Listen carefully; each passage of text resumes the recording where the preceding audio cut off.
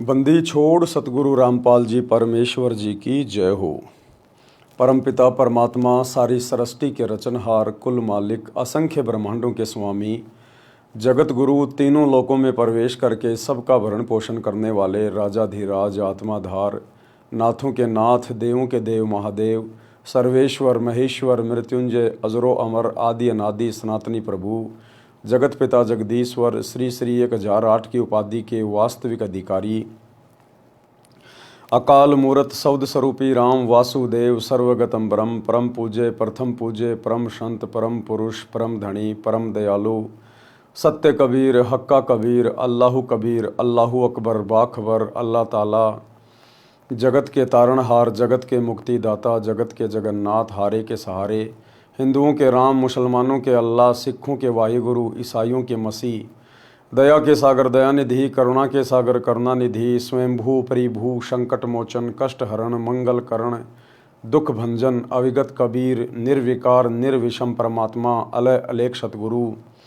आदि अनादि सतगुरु, असली मर्यादा पुरुषोत्तम, असली राम, असली कृष्ण, असली घनश्याम, असली मुरारी, राजाओं के राजा, महाराजाओं के महाराजा, शहंशाहों के शहंशाह, सम्राटों के सम्राट, भगवानों के भगवान, अल्लाहों के अल्लाह, प्रभुओं के प्रभु, मसीहाओं के मसीह, सच्चे वाहिगुरु, बाबाओं के बाबा, पीरों के पीर, सेठों के सेठ, जगत सेठ, सावड़सा सेठ, सर्वगुण संपन्न, अनंत कोटि कलाओं के स्वामी, अनंत कोटि ब्रह्मांडों के नायक, योगियों में महायोगी, ध्यानियों में महाध्यानी, सिद्धों में परम सिद्ध, ज्ञानियों में तत्व ज्ञानी, ब्रह्म ज्ञानी, महाज्ञानी, परम ज्ञानी, सर्वश्रेष्ठ ज्ञानी, विज्ञानी, युवा कबीर, समरथ कबीर, असमवात, अमित ओजा, सच्चे रहनुमा, करीम अल्लाह, सुभान अल्लाह, दुनिया के अंतिम पैगंबर, 8 सितंबर 1951 से गांव धनाना, जिला सोनीपत, हरियाणा, भारतवर्ष की पावन भूमि पे प्रकट रियल कल की भगवान श्री नारायण साकार हरि, श्री बाबा साहेब नूर अनंत परमात्मा,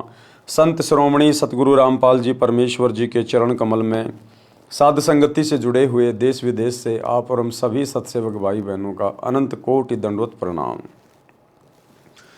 सत्साई भाई और बहनों, दया परमपिता परमेश्वर जी की, सारी सृष्टि के मालिक सतगुरु रामपाल जी भगवान की, जिनके विशेष आशीर्वाद से, शुभ आशीर्वाद से, उन्हीं के कर कमल से लिखित पवित्र पुस्तक जीने की राह के ऊपर वीडियो बनाने की श्रृंखला जारी है। प्रत्येक वीडियो में आप और हम सभी भगत भाई बहनों को भक्ति मार्ग से संबंधित बहुत सारी बातें सुनने और जानने को मिल रही हैं। जो भगत भाई बहन सतगुरु रामपाल जी परमेश्वर जी से जुड़ना चाहते हैं, उनको भी अध्यात्म से संबंधित बहुत अच्छी अच्छी बातें सुनने को मिल रही हैं। तो भाई और बहनों, वीडियो बनाने की श्रृंखला में आज हमारा ये 19वें नंबर का वीडियो है। और आज की वीडियो में गुरुदेव भगवान ने बताया कि नाम दीक्षा लेने के बाद, सतगुरु के सतज्ञान को आत्मसात करने के बाद, भक्ति मार्ग पर कदम रखने के बाद भगत का स्वभाव कैसा होना चाहिए। क्योंकि नाम दीक्षा लेने के बाद भगत के नाम के साथ उसके गुरु का नाम जुड़ जाता है। अगर भगत की महिमा होगी तो उसके गुरु की महिमा होगी, अगर भगत की बेइज्जती होगी तो उसके गुरु की बेइज्जती होगी। इसलिए उपदेश लेने के बाद भगत ने किस प्रकार से अपने आचार विचार व्यवहार को बदलना चाहिए, अपनी क्रियाओं को बदलना चाहिए, किस प्रकार से अपने स्वभाव में परिवर्तन लेकर आना चाहिए। लोग देखें, सुने, बातें करें तो हमारा सीना गर्व से चौड़ा हो जाना चाहिए। जब लोग कहें कि देखो वो जा रहे सतगुरु रामपाल जी के भगत। भाई भगत हो तो ऐसे, भाई स्वभाव हो तो इनके जैसा। कितनी गालियां दे लो, कितना ही उल्टा सीधा बोल लो, बंदे के असर ही नहीं पड़ता है। जड़ बन के खड़ा हो जाता है, पत्थर बन जाता है। और भाई ज्ञान की बातें बताता है, किसी के साथ ना फालतू में उठता ना बैठता, ना कोई गंदी राजनीति करता, ना फालतू में अपना समय बर्बाद करता, ना समाज से फालतू की यारी दोस्ती रिश्तेदारी निभाता है। भाई अपने मतलब से मतलब रहता है, अपनी भक्ति करता है और आराम से प्यार प्रेम से रहता है। ना किसी को दुख देता है, ना किसी को परेशान करता है, और सबको इज्जत से बोलता है, प्यार प्रेम से बोलता है। तो ये स्वभाव हो जाना चाहिए सतगुरु रामपाल जी के भक्तों का उपदेश लेने के बाद। क्योंकि हमारी हर क्रिया में फिर हमारे गुरुदेव भगवान का नाम जुड़ जाता है। कल को यदि हमने कोई कुकर्म किया, किसी के साथ लड़ाई झगड़ा किया, तो लोग सीधा यही कहेंगे कि देख वो रामपाल का भगत है, वो रामपाल को भगत है। बेइज्जती हमारे गुरुदेव की, तो वो भगत तो नरकगामी होगा, फिर नरकगामी, जिसकी किसी भी ऐसी क्रिया के कारण उसके गुरु को अपशब्द कहे। इसलिए हमने बहुत ही विचार करके भक्ति मार्ग पर आगे बढ़ना है और अपनी हर क्रियाओं को तथा अपने स्वभाव को चेंज करना होगा। तो आज की वीडियो में गुरुदेव ने हमें समझाया है कि भगत का स्वभाव कैसा हो। पवित्र पुस्तक जीने की राह, वीडियो नंबर 19, पेज नंबर 144। भगत का स्वभाव कैसा हो। अनुराग सागर के पेज नंबर 6 से वाणी नंबर 7 से 17। धर्मदास वचन, यानी धर्मदास जी ने जब कबीर परमात्मा उनको गुरु रूप में मिले, ज्ञान समझाया, तो धर्मदास जी ने पूछा कि हे गुरुदेव, हे परमेश्वर, भगत का स्वभाव कैसा होना चाहिए, भगत ने अपने जीवन में कैसा होना चाहिए। तो कबीर परमात्मा जी ने, जो कि धर्मदास जी के सतगुरु थे, उन्होंने क्या बताया। मर्तक भाव प्रभु कहो बुझाई, जाते मन की तपनी नशाई। हे परमात्मा, हे गुरुदेव भगवान, हमें बताइए कि मर्तक भगत के क्या लक्षण होते हैं, भगत को किस प्रकार से मर्तक भाव में आना चाहिए। के ही विधि मर्तक हो ये जीवन, कहो विलोय नाथ अमृत धन। कबीर वचन, मर्तक के दृष्टांत उदाहरण। धर्मदास ये कठिन कहानी, गुरु गमते कोई बिरले जानी। कि हे धर्मदास, मेरे से उपदेश लेने के बाद मृतक भाव में आना, यानी भगत को जीवित ही मार लेना, जीवित ही मर जाना, यानी संसार से विमुख हो जाना, केवल भक्ति और भगवान के प्रति समर्पित होना, उसको कहते हैं जीवित ही मर जाना, मृतक भाव। कहते हैं धर्मदास, ये बहुत कठिन कहानी है। भगत के द्वारा मृतक भाव पैदा करना इतना आसान नहीं है। गुरु से लगन कठिन है भाई, और जिसकी अपने सतगुरु से लगन लग गई वो तो जीवित ही मर गया, उसी को कहते हैं मृतक भाव।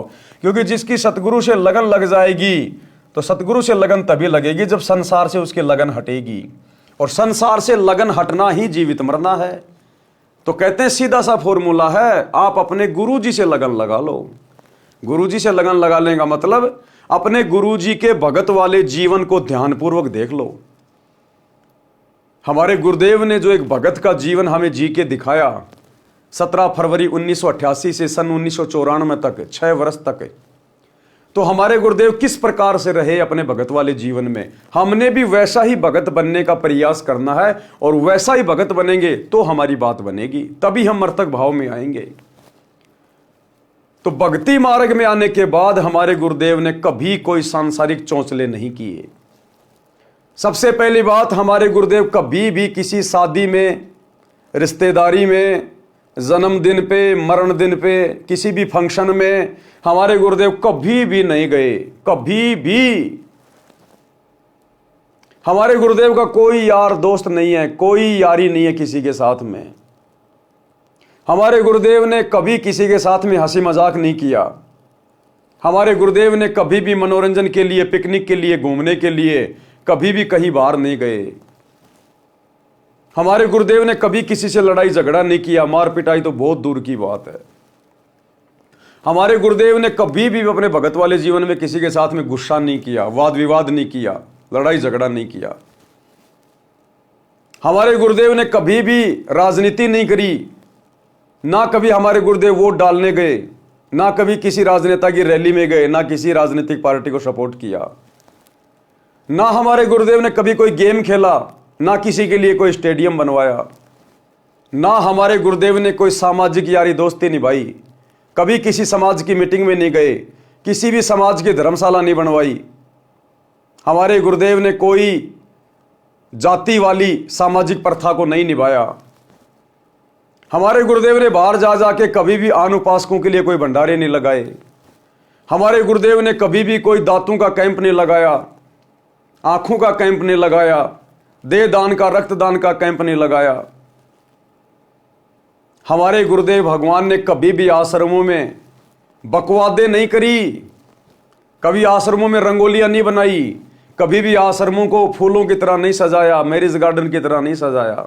हमारे गुरुदेव ने कभी भी अपने आश्रम में कबीर जी का झोपड़ा नहीं बनाया, लहर तारा तालाब नहीं बनाया, जुलाहों का कुआं नहीं बनाया, कभी कोई प्रदर्शनियां नहीं लगाई।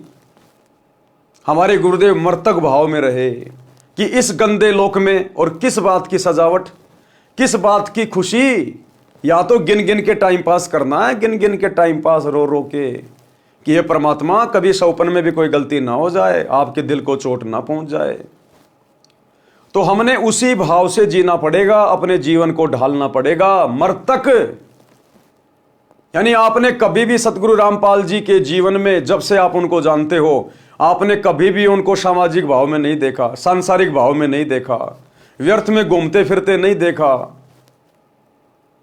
उसको कहते हैं मर्तक, जिसका इस संसार से कनेक्शन कट गया, उसको कहते हैं मर्तक। हमारे गुरुदेव कभी अपने गुरु भाइयों की बातों के ऊपर विश्वास करके कभी भी उन्होंने अपनी भक्ति का नाश नहीं किया, मर्यादा नहीं तोड़ी। हमारे गुरुदेव ने कभी किसी कोऑर्डिनेटर की बात नहीं मानी, दादा गुरु जी के समय भी तो थे। हमारे गुरुदेव ने ज्ञान को आधार बनाया। तो ये होता है मर्तक भाव, केवल अपने गुरु से नाता, गुरु के ज्ञान से नाता, दूसरा किसी से कोई रिश्तेदारी नहीं। कदम कदम पे ज्ञान को आधार बना के भक्ति मार्ग में आगे बढ़ना। तो ये सब कुछ हमने अपने गुरुदेव के भक्ति वाले, भगत वाले जीवन से समझना है। इसलिए कहते हैं गुरु से लगन कठिन है भाई। अगर मर्तक बनना है तो आपने अपने गुरुदेव के जैसा बनना पड़ेगा। गुरुदेव के प्रति समर्पित हो जाना, गुरुदेव की प्रत्येक मर्यादा में और आज्ञा में चलना, इसी को कहते हैं मर्तक बनना, मर्तक भाव। तो क्या कहा कबीर परमेश्वर जी ने धर्मदास जी से, धर्मदास ये कठिन कहानी कि धर्मदास मर्तक भाव पैदा करना भाई बहुत कठिन कार्य है, ऐरी गैरी आत्माओं के बस की बात नहीं है। गुरु गमते कोई बिरले जानी, भाई जिसके ऊपर सतगुरु की विशेष दया हो, रजा हो, वही आत्मा ये कठिन कार्य कर सकती है। भृंगी का दृष्टांत उदाहरण, मर्तक होय के खोजई संता, शब्द विचार गह मगु अंता। जैसे भृंग कीट के पाशा, कीट गहो भृंग शब्द की आशा। गुरुदेव कह रहे हैं जैसे एक कीट पक्षी है, उसका नाम है भृंग, और वो किसी भी कीड़े को पकड़ के ले आता है और उसके पास में बैठ के और वो अपनी आवाज करता रहता, भृंग भृंग भृंग, और उसको वो अपने जैसा बना लेता, अपने जैसा। इसी प्रकार जो योग्य आत्मा होगी, जो अधिकारी आत्मा होगी, सतगुरु उसको तो अपने जैसा बना लेगा। उसमें तो सतगुरु अपने जैसे गुण डाल देगा, लक्षण डाल देगा। बाकी हर किसी के बस की बात नहीं है, क्योंकि हर कीड़ा भृंगी नहीं बन सकता। इसी प्रकार हर आत्मा, हर भगत मृतक नहीं बन सकता। शब्द घात करते ही मैं डारे, भृंगी शब्द कीट जो धारे। तब ले लो भृंगी निज गेहा, स्वाति दे की न्यू समदेहा। भृंगी शब्द कीट जो माना, वर्ण फेर आपन कर जाना। बिरला कीट जो होय सुखदाई, प्रथम आवाज गह चितलाई। यानी जो बिरला जो कीट होता है, बिरला जो कीड़ा होता है, वो उस भृंग की पहली आवाज से ही भृंग बन जाता है। अर्थात जो योग्य भगत होता है, सुयोग्य भगत होता है, वो तो सतगुरु की पहली चोट से ही भगत बन जाता है। सतगुरु के संकेतों को समझने लग जाता है। सतगुरु को ज्यादा प्रयास नहीं करना पड़ता उस भगत को अपने जैसा बनाने के लिए। बिरला कीट जो होय सुखदाई, प्रथम आवाज गह चितलाई। कोई दूजे कोई तीजे माने, तन मन रहित शब्द हित जाने। भृंगी शब्द कीट ना गही, तो पुनि कीट आश्रय रही। एक दिन कीट गहेसी भृंग भाषा, वर्ण बदले पूर्व आशा। मर्तक के और दृष्टांत अनुराग सागर के पेज नंबर 7 से वाणी नंबर 7 से 20। सुनहु संत यह मृतक सुभाऊ, बिरला जीव पीव मगधाऊ। और सुनहु मृतक का भेवा, मृतक होय सतगुरु पद सेवा। यानी मृतक होकर ही आप सतगुरु की पद्धति को भली भांति निभा सकते हो। आप सतगुरु के उस परम पद को प्राप्त कर सकते हो मृतक भाव में आकर। ये मान बड़ाई अहंकार, जाटों से गले में माला डलवा के घूमना, 2 कोडी के राजनेताओं की रैलियों में धक्के खाना, अपने स्वार्थों में लिप्त होकर गांव वालों के लिए स्टेडियम बनाना, भक्तों को लूटने ठगने के लिए आश्रम को मनोरंजन का केंद्र बनाना, वो कभी भी मर्तक भाव में नहीं आ सकते। मर्तक छो तजे शब्द उर्धारे, छो तजे तो जीव उबारे। पृथ्वी का दृष्टांत फिर परमेश्वर ने बताया कि जिस प्रकार धरती, पृथ्वी, चाहे उसको कोई खोदो, चाहे कोई गड्ढा करो, चाहे कोई गंदगी डालो, चाहे कोई लैट्रिन डालो, पृथ्वी कभी कुछ नहीं बोलती, चसकती भी नहीं है। तो इसी प्रकार भगत को चाहे कोई इज्जत दे, चाहे कोई बेइज्जती करे, चाहे कोई अच्छा बोले, चाहे बुरा बोले, भगत के ऊपर कोई असर नहीं होना चाहिए। जस पृथ्वी के गंजन होई, चित अनुमान गहे गुण सोई। कोई चंदन कोई विष्टा डारे, कोई कोई कृषि अनुसारे। गुण अवगुण तिन सम कर जाना, तज विरोध अधिक सुख माना। ऊख का दृष्टांत यानी गन्ने को किस प्रकार से कोल्लू में डाला जाता है, उसको गर्म किया जाता है, किस प्रकार से उसका रस निकाला जाता है, वो चसकता भी नहीं है। तो ईख के जैसा भगत ने बनना पड़ेगा, इतना सहनशील। औरों मर्तक भाव सुन ले हूं, निरखई परखी गुरु मग पगु दे हूं। जैसे ईख किसान उगावे, रति रति कर दे कटावे। कोल्लू में पुनि ताही पिरावे, पुनि कड़ा में खूब उठावे। निज तनु दाहे गुड़ तब होई, बहुरी ताव दे खांड बिलोई। ताहू माही ताऊ पुंदीन्या, चीनी तबे कहावन लीन्या। चीनी होई बहुरत तंजारा, ताते मिश्री है नुसारा। मिश्री ते जब कंद कहावा, कहे कबीर सबके मन भावा। यानी इतना सहनशील। आगे परमेश्वर इनका सरलार्थ करके समझाएंगे हमें। यह विधि ते जो शिष करही, गुरु कृपया सहजे भव तरही। यानी इस विधि से अगर भगत अपने आप को भक्ति मार्ग पर लेकर चलेगा तो कहते हैं उसका मोक्ष हो पाएगा, अन्यथा वैसे नहीं होगा।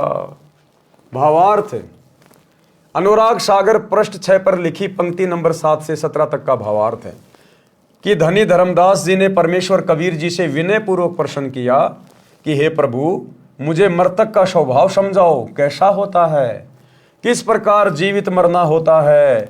हे अमर परमात्मा, धर्मदास जी किसको कह रहे हैं अमर परमात्मा? अपने गुरु को, क्योंकि कबीर जी उस समय धर्मदास जी के सतगुरु के रूप में थे। तो अपने गुरु को क्या कह रहा है? हे अमर परमात्मा, क्योंकि गुरु स्वयं कबीर होता है, अमर होता है, अविनाशी होता है। हम भी रोज अपने गुरुदेव को अमर परमात्मा कहते हैं, लेकिन हम ध्यान नहीं देते। रोज संध्या आरती के लास्ट में अवगुण किए घनेरे, फिर भी भले बुरे हम थारे। दास को जान के निपट नदान, मोहे बख्श दियो अविनाशी। हम रोज अपने गुरु जी को संध्या आरती में अविनाशी कहते हैं, लेकिन हम मानते नहीं, हमारे को विश्वास नहीं है कि हमारे गुरु जी अविनाशी हैं। तो धर्मदास जी अपने गुरुदेव को कह रहे हैं, हे अमर परमात्मा, हे स्वामी, कृपया बिलोय अर्थात निष्कर्ष निकाल कर वह अमृत धन अर्थात अमर होने का मार्ग बताइए।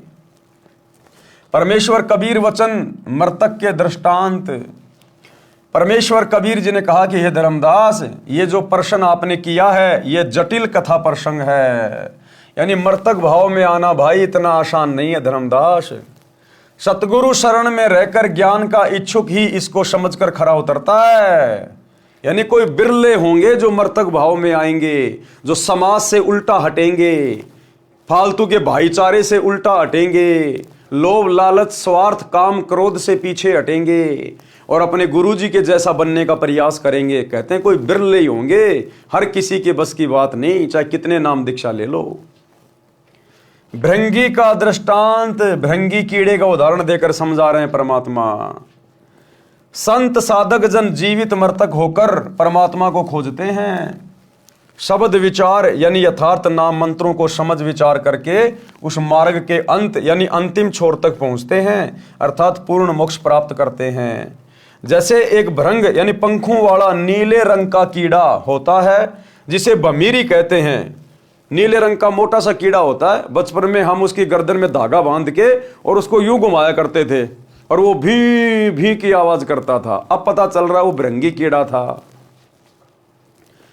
जिसे भंबीरी कहते हैं, जिसको इंजनहारी आदि आदि नामों से जाना जाता है, जो भी की आवाज करती रहती है। वह अपना परिवार नर मादा के मिलन वाली विधि से उत्पन्न नहीं करती। वह एक कीट यानी कीड़े विशेष के पास जाती है, उसके पास अपनी भी भी की आवाज करती है। जो कीड़ा उसकी आवाज से प्रभावित हो जाता है उसको उठाकर पहले से तैयार किया मिट्टी के घर में ले जाती है। वह गोल आकार का 2 इंच परिधि का एक 2 मुख वाला गारा का बना होता है। फिर दूसरा तीसरा ले जाती है, फिर उनके ऊपर अपनी भी भी की आवाज करती रहती है। फिर ओस के जल को अपने मुख से लाकर उन कीटों के मुख में डालती है। उस बंबीरी यानी भृंग की बार बार आवाज को सुनकर वह कीट उसी रंग का हो जाता है तथा उसी तरह पंख निकल आते हैं। यानी वो बंबीरी, वो भृंगी जिसको अपने जैसा बनाती है, वो कोई अन्य कीड़ा होता है, उसकी प्रजाति का नहीं होता। क्योंकि वो बंबीरी कभी भी नर और मादा से बच्चे पैदा नहीं करती। वो अपनी भी की आवाज से अपने जैसे उनको बना लेती है। ठीक इसी प्रकार भाई और बहनों, आज यहां भक्ति मार्ग में उस बंबीरी की भूमिका में कौन है, उस भृंग कीड़े की भूमिका में कौन है? सतगुरु रामपाल जी, जो अपने सत्संग सुना सुना के, दीक्षा दे के, बार बार उनको ज्ञान दे के अपने जैसा बना रहे हैं, भगत बना रहे हैं। इसका मतलब जिस प्रकार वो बंबीरी सामान्य कीड़ा नहीं है, लेकिन सामान्य कीड़े को अपने जैसा बना लेती है, इसी प्रकार सतगुरु रामपाल जी हमारे जैसे सामान्य इंसान नहीं है, मानुष नहीं है। वो अपना ज्ञान देके, अपना नाम देके वो हम सामान्य मनुष्यों को अपना जैसा बना लेते हैं। अर्थात सतगुरु यहां का नहीं है। सतगुरु माता के गर्भ से जन्म लेके नहीं आया। जिस प्रकार वो भृंगी मां के गर्भ से उत्पन्न नहीं होता, इसी प्रकार सतगुरु सतलोक का राजा है, शहंशाह है। वो तो अपने जैसा हमें बनाना आया है और अपने सत्संग रूपी आवाज से भी करके, ज्ञान सुना सुना के वो हमें अपने जैसा बना रहा है सतलोक ले जाने के लिए। वह आवाज भी उसी की तरह भी करने लगता है। यानी कुछ दिनों बाद फिर वो भगत भी अपने सतगुरु से ज्ञान लेकर उसी की तरह अन्य को समझाने लगता है। वह आवाज भी उसी की तरह भी करने लगता है, बंबीरी ही बन जाती है। इसी प्रकार पूर्ण संत अपने ज्ञान को बंबीरी की तरह बार बार बोलकर सामान्य व्यक्ति को भी भगत बना लेता है। फिर वह भगत भी सतगुरु से सुने ज्ञान को अन्य व्यक्तियों को सुनाने लगता है। जिस प्रकार हम सत्सेवक भाई बहन वीडियो बना के अपने ही गुरुदेव के द्वारा दिए गए ज्ञान आधार से, अपने ही गुरुदेव के आशीर्वाद से ये वीडियो बना के हजारों की संख्या में अपने अन्य भगत भाई बहनों को भी समझा रहे हैं। पूरे संसार के लिए वीडियो बना रहे हैं, विश्व हित में वीडियो बना रहे हैं। हमारा भी संसार से कोई लेना देना नहीं है, यारी दोस्ती रिश्तेदारी हम सत्सेवकों की नहीं है। हम राजनेताओं की रैलियों में धक्के नहीं खाते, हम लड्डू जलेबी बर्फी के चक्कर में आश्रमों में धक्के नहीं खाते। हम अपने स्वार्थ के लिए दुनिया को खुश नहीं करते, स्टेडियम नहीं बनाते, जांच आरक्षण में नहीं जाते, गुंडों की सीबीआई जांच में नहीं जाते, लोगों की धर्मशाला नहीं बनवाते, लोगों के लिए फ्री में एम्बुलेंस नहीं चलाते, बसें नहीं चलाते, मजदूर बनकर रोडें नहीं बनवाते।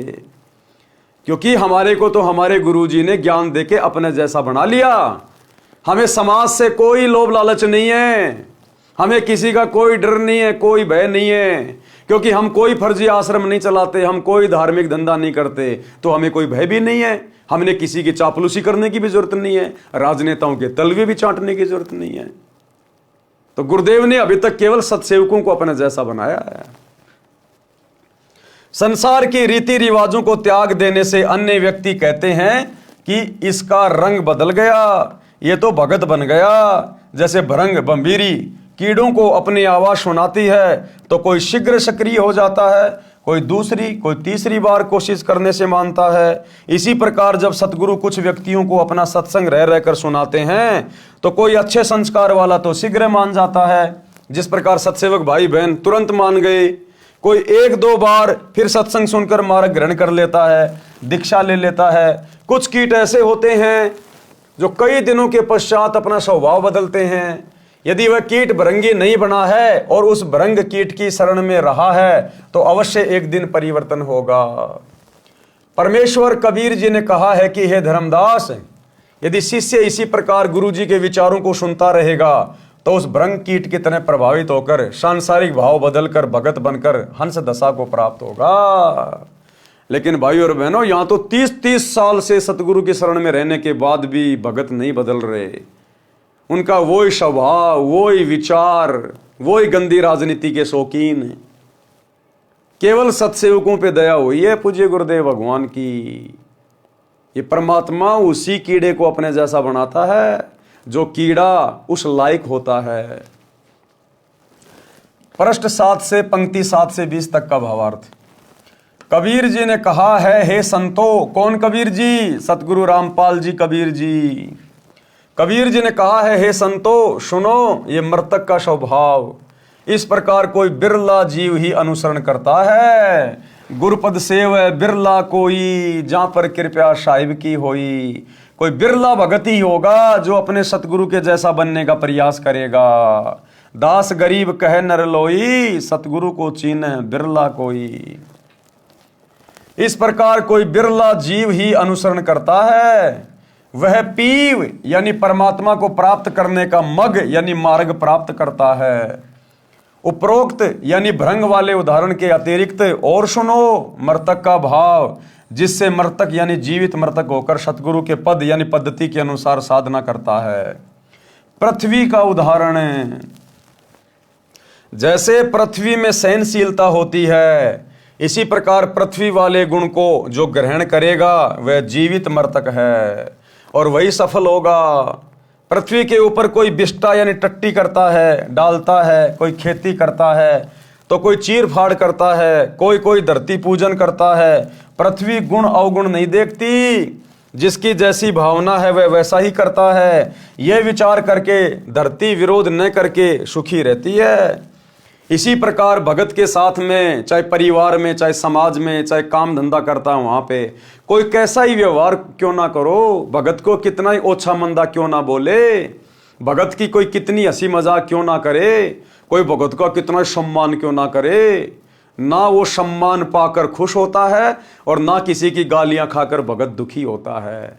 वो समभाव में रहता है। समभाव, लाभ में, हानि में, दुख में, खुशी में भगत के ऊपर कोई असर नहीं पड़ता, क्योंकि भगत इस गंदे संसार की वास्तविकता से परिचित हो जाता है अपने गुरु जी के ज्ञान से कि यहां पर मैं खुश हूं किस बात पे, यहां मैं खुशी मनाऊं किस बात की। इसलिए फिर भगत के ऊपर कोई असर नहीं पड़ता, क्योंकि वो मर्तक हो जाता है, मर्तक भाव में आ जाता है। अब मरने के बाद इंसान को चाहे कोई जलाओ, चाहे कोई उसकी पूजा करो, चाहे कोई उसको जमीन में गाड़ो, वो कुछ नहीं बोलता है।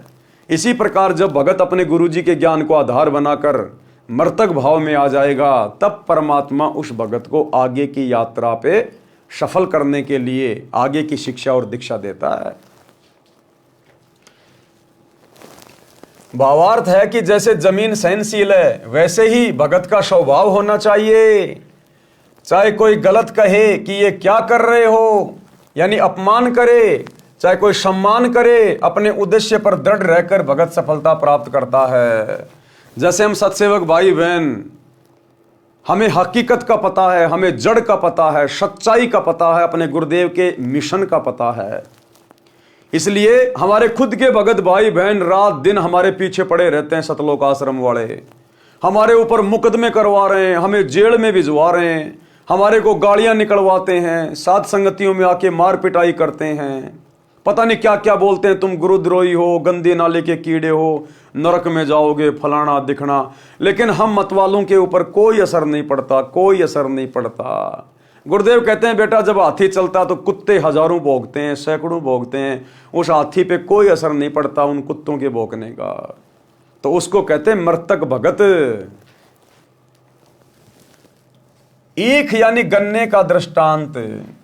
जैसे किसान ईख बीजता है, उस समय गन्ने के एक एक फुट के टुकड़े करके धरती में दबा देता है। ईख गन्ना बनने के पश्चात कोल्हू में पीड़ा जाता है, फिर रस को कड़ाहे में अग्नि की आंच में उबाला जाता है, तब गुड़ बनता है।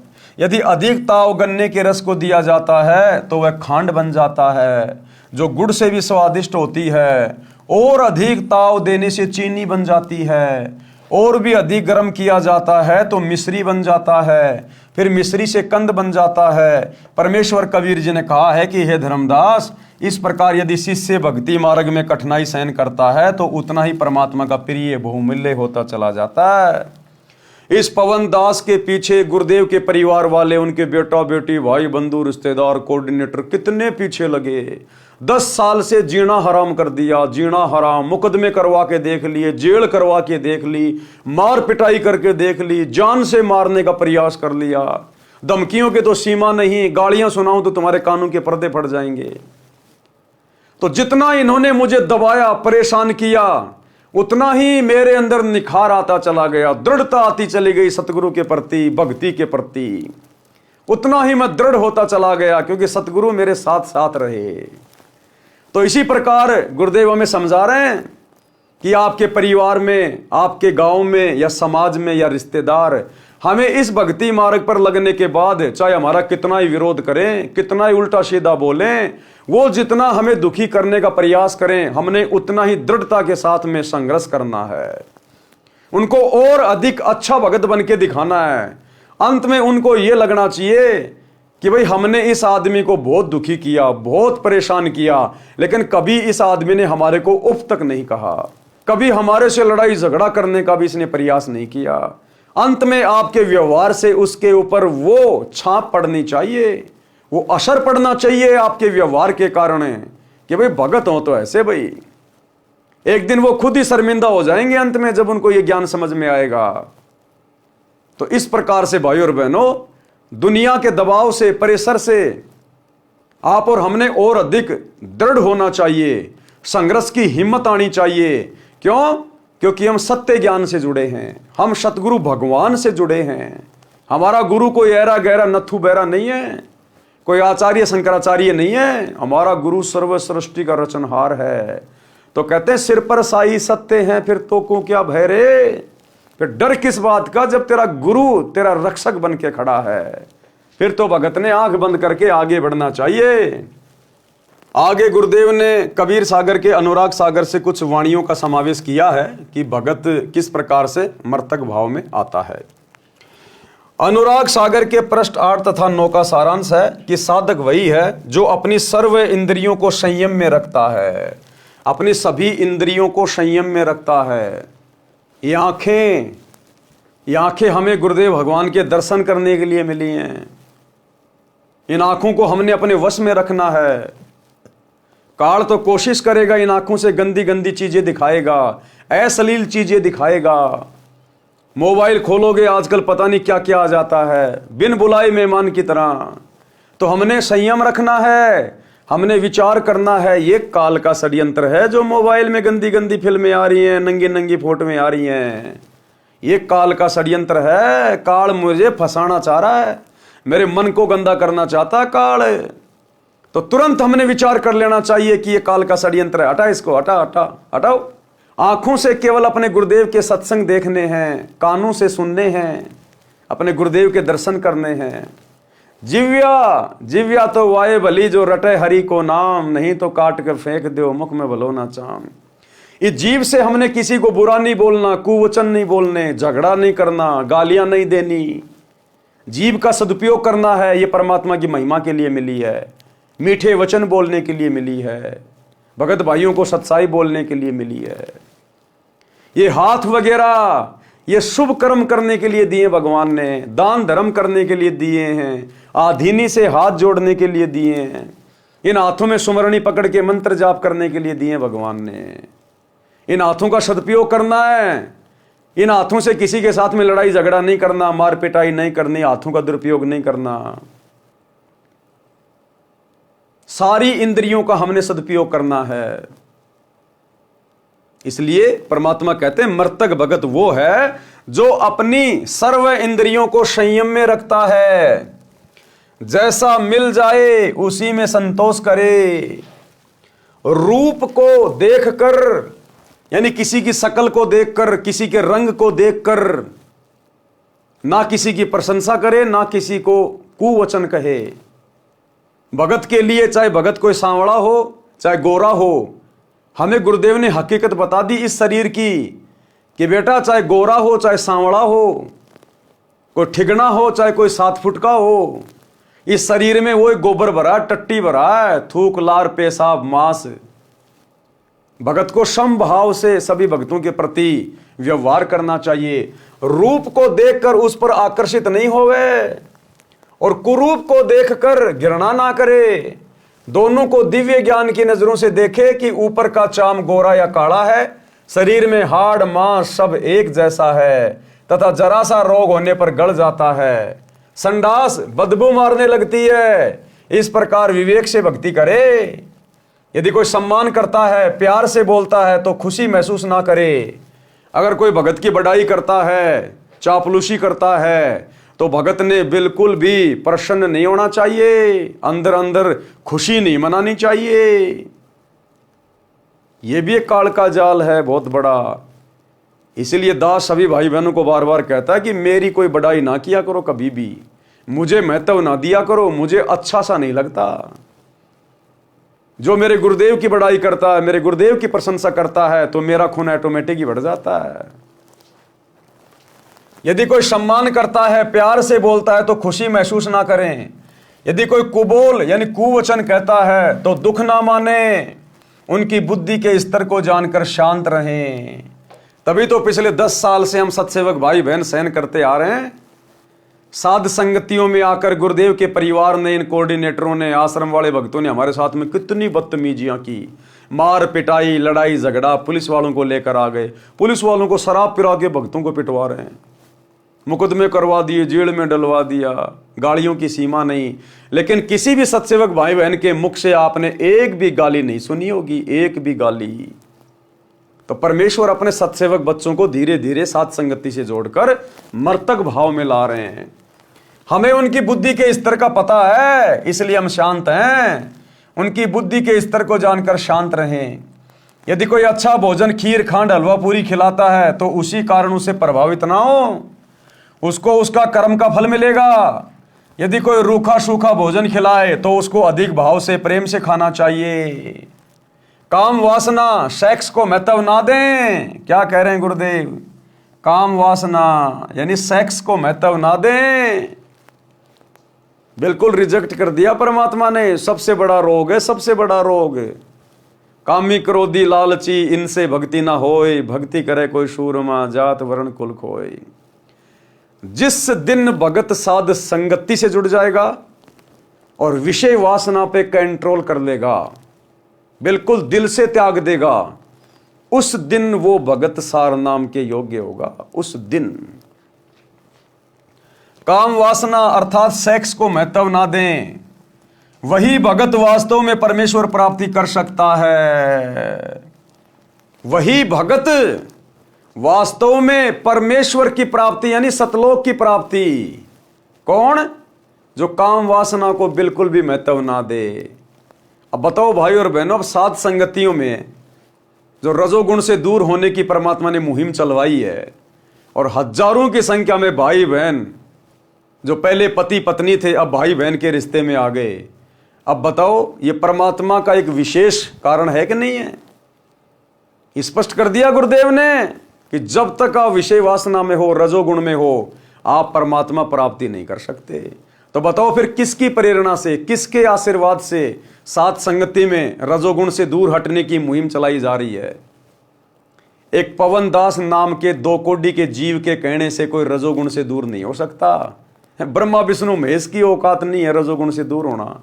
और मेरे जैसे 2 कोटि के प्राणी के कहने से, और आप हजारों भगत भाई बहन के रिश्तों में आ चुके हो, तो कौन करवा रहा है? इस कुत्ते को आशीर्वाद देके, इस कुत्ते के मुख से सतगुरु रामपाल जी भगवान ये वचन बुलवा रहे हैं। और पहले परमात्मा ने इस कुत्ते को तैयार किया, साफ सुथरा किया, तब कहीं जाकर मेरे माध्यम से वो वचन आप भाई बहनों के ऊपर असर कर रहे हैं। क्योंकि साध संगति सतलोक के लिए गुरुजी का ट्रेनिंग सेंटर है। ये विकार साध संगति से जुड़कर ही दूर हो सकते हैं, अन्यथा ये विकार दूर नहीं होंगे। इसलिए साध संगति गुरुदेव का असली मार्ग है। काम वासना अर्थात सेक्स को महत्व ना दें, वही भगत वास्तव में परमेश्वर प्राप्ति कर सकता है। क्लियर कर दिया गुरुजी ने। जब तक रजोगुण में रहोगे, कामी क्रोधी लालची इनसे भक्ति न होए, भक्ति करे कोई सूरमा, जात वर्ण कुल खोए। यदि काम वासना परेशान करे तो उसको भक्ति नाम सुमरण में लगाकर आनंद प्राप्त करे। अगर काम वासना ज्यादा परेशान करे तो गुरुदेव कहते हैं तुरंत सत्संग सुनना शुरू कर दे, या तुरंत अपना सुमरण पे ध्यान लगा ले।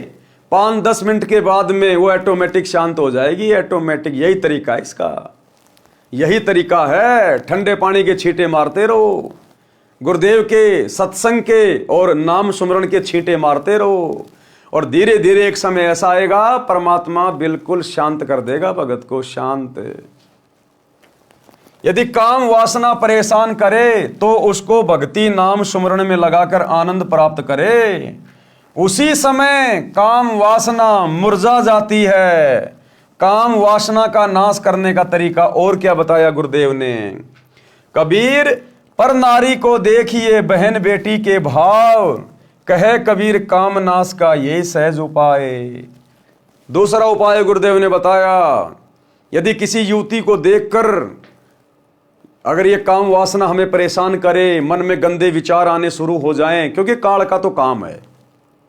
देखो भाई और बहनों, भगत तो बेचारा दुखी होगा ही होगा, विशेषकर साध संगति से जुड़ने के बाद, इतने वीडियो देखने के बाद और विषय वासना जैसे रोग के विषय में समझने के बाद, जब भगत अपने आप को कंट्रोल में रखता है, प्रयास करता है गुरुदेव से प्रार्थना करके, लेकिन मन तो है भाई, जब तक ये शरीर है तब तक इसमें मन भी रहेगा, काल का भी प्रभाव हल्का फुल्का रहेगा, और वो अपनी कोशिश भी करता रहेगा, और काल की उसी कोशिश में गुरु अपने भगत को चेक भी करता रहेगा।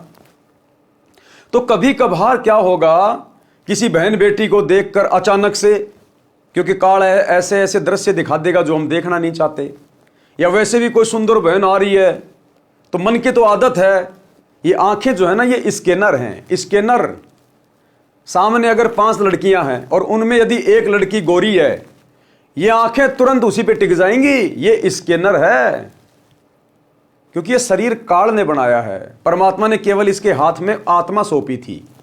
केवल हमारा जो ऊर्जा शरीर है ना, केवल दुर्गा के अंदर परमात्मा ने हम सभी आत्माओं को आत्मा के रूप में फिट किया था। ऊपर का बॉडी ये काल ने बनाया है और अपना एजेंट बैठा दिया मन। अब ये मन है बड़वा, ये बड़वागिरी करवाता है, ये कर्म फुड़वाता है। तो इसने आंखें ऐसी बना दी स्कैनर। कोई 5 गाड़ियां खड़ी हैं, एक बहुत अच्छी गाड़ी खड़ी है, महंगी चमचमा रही है, आंखें तुरंत उस पर जाके टिक जाएंगी। 20 प्रकार के सेव रखे हैं, लाल कौन सा है, बढ़िया कौन सा है, आंखें तुरंत उसके ऊपर जाके टिक जाएंगी। ये स्कैनर का काम करती हैं।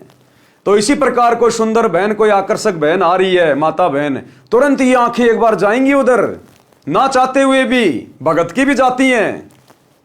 यह बात अलग है कि तुरंत परमात्मा का तत्व ज्ञान दीवार बन के खड़ा हो जाता है कि भगत जी अपना काम नहीं है भाई, ये तो मन की बकवाद है। तो साथ संगति से जुड़ने के बाद जब भगत बेचारा प्रयास करता है विषय वासनाओं से दूर हटने के लिए, तो काल प्रेरणा से, मन के प्रभाव से कभी कभार इस प्रकार की यदि कोई हमारे सामने घटना हो जाए, अचानक से हमारा ध्यान यदि चला जाए, क्योंकि मन तो भटकाने का काम करेगा, तो भगत को बेचारे को दुख होता है, अंदर से बड़ा दुख होता है कि मैंने क्यों देखा। वो देखना नहीं चाहता, उसको अब अच्छा नहीं लग रहा, लेकिन वो मन कोशिश कर रहा है कि मैं इसको कोशिश करूं, इसको डगमग करने की। तो जैसे ही एकदम से नजर जाती है तो क्या होगा, अंदर से भगत दुखी होगा। आत्मा जो होती है ना, वो तुरंत क्या बोलेगी, अरे नहीं भगत जी अपना काम नहीं है, अरे नहीं नहीं नहीं नहीं। अंदर से भगत दुखी होता कि मैंने क्यों देखा। ऐसा महसूस होगा जैसे मेरा भक्ति बैलेंस डाउन होता जा रहा है, मेरा रिचार्ज खत्म हो गया उसको देखने मात्र से। भगत को बड़ा दुख होता है अंदर अंदर कि मैंने क्यों देखा, लेकिन वो भगत ने नहीं देखा, वो मन कोशिश कर रहा है भगत को डगमग करने की। तो परमेश्वर भी उसमें भगत की परीक्षा ले लेता है। फिर अगर मन ने कोशिश की, हमारी आंखें उधर गई, हमने देखा, और फिर हम मन लगा के देखने लग जाएं, हाँ भाई बहुत सुंदर है भाई, फिर हम गए काम से, फिर हम काम से गए। यदि हमारी आत्मा ने कोई विरोध नहीं किया और यदि हम मन की चाल में आके देखने लग गए, फिर हम गए काम से। इसका मतलब अभी आत्मा बहुत डाउन है, आत्मा बहुत डाउन है, मन तुम्हारा रिचार्ज है। तो जिस दिन सतगुरु की मर्यादाओं से हटकर ये काल हमसे कोई भी कैसा काम करवाए, प्रयास करे, और यदि हमारी आत्मा इसका विरोध करने लग जाए और आत्मा अंदर से दुखी हो कि ये क्यों हो रहा है, ऐसा नहीं होना चाहिए, गुरुजी ने मना कर रखा है, ये गलत बात है, तो समझो आप धीरे धीरे भगत बनने की प्रोसीजर में आगे बढ़ रहे हैं।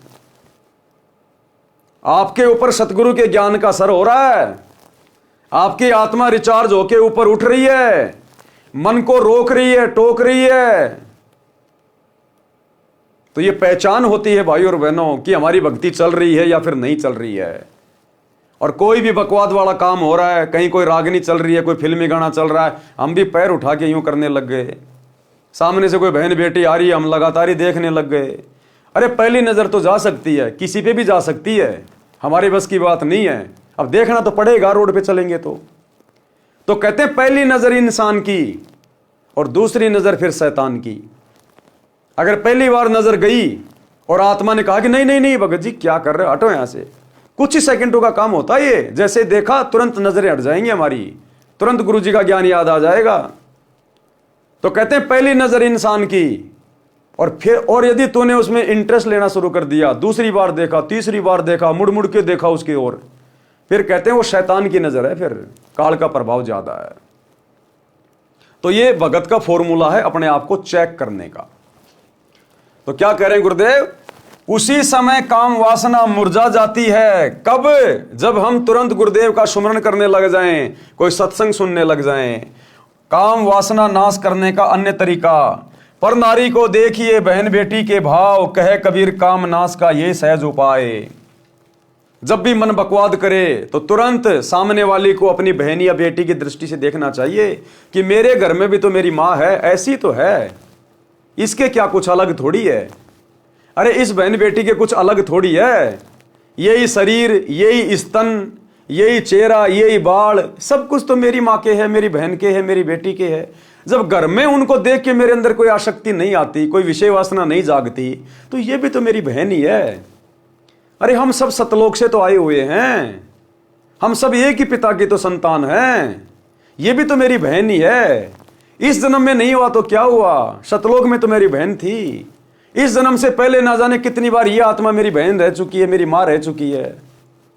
तो फिर गुरुदेव कहते हैं आपने इस भाव से भी इस मन पापी को रोकना चाहिए कि भैया सब एक जैसी हैं, ये भी मेरी बहन जैसी है, मेरी मां जैसी, इसमें क्या अंतर है बताओ। तो इस प्रकार से हमें थोड़ा प्रयास करना चाहिए। मोक्ष प्राप्ति का अन्य भाव, अनल यानी अलल पक्षी जैसा भाव।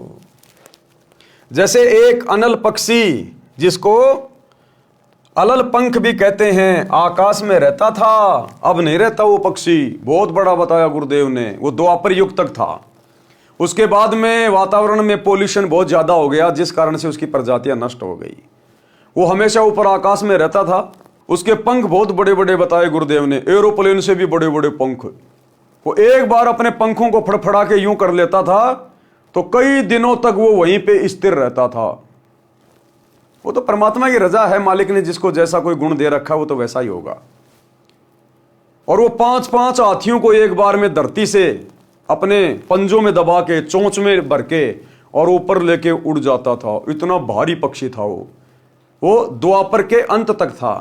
उसके बाद फिर वो पक्षी धीरे धीरे विलुप्त हो गया, क्योंकि पृथ्वी पर धीरे धीरे जंगल भी नष्ट हो गए। अब वो अंडा देता था वहां पर जहां पर केले के पेड़ होते हैं बहुत ज्यादा।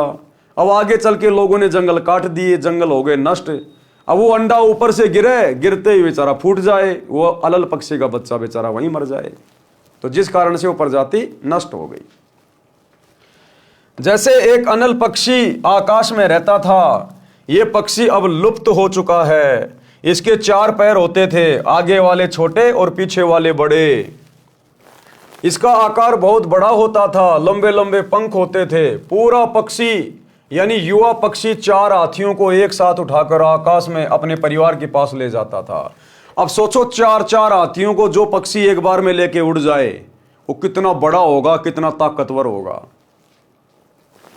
अनल पक्षी ऊपर वायु में रहता था, वहीं से मादा अनल अंडे उत्पन्न कर देती थी। वह अंडे उस स्थान पर छोड़ती थी जहां केले का वन होता था। केड़े एक दूसरे में फंसकर गहरा वन बना लेते थे।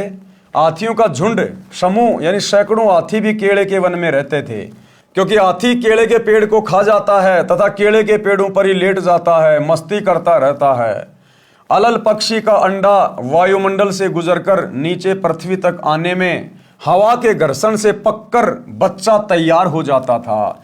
यह प्रोसीजर है जो परमात्मा ने सेट कर रखी है कि जैसे ही आकाश से वो अंडा मादा छोड़ेगी, वो अंडा नीचे आएगा और नीचे आते समय बीच में हवा के घर्षण से वो अंडा पक जाता था, बच्चा उसमें तैयार हो जाता था। वह अंडा केले के पेड़ों के ऊपर गिरता था। केले के पेड़ों की सघनता के कारण वह अंडा क्षतिग्रस्त नहीं होता था, अर्थात उसको कोई नुकसान नहीं पहुंचता था। केवल इतनी गति से केले के पेड़ों को तोड़कर पृथ्वी पर गिरता था कि अंडा फूट जाए। अंडे का आकार बहुत बड़ा होता था, उसका कवर भी सख्त मजबूत होता था।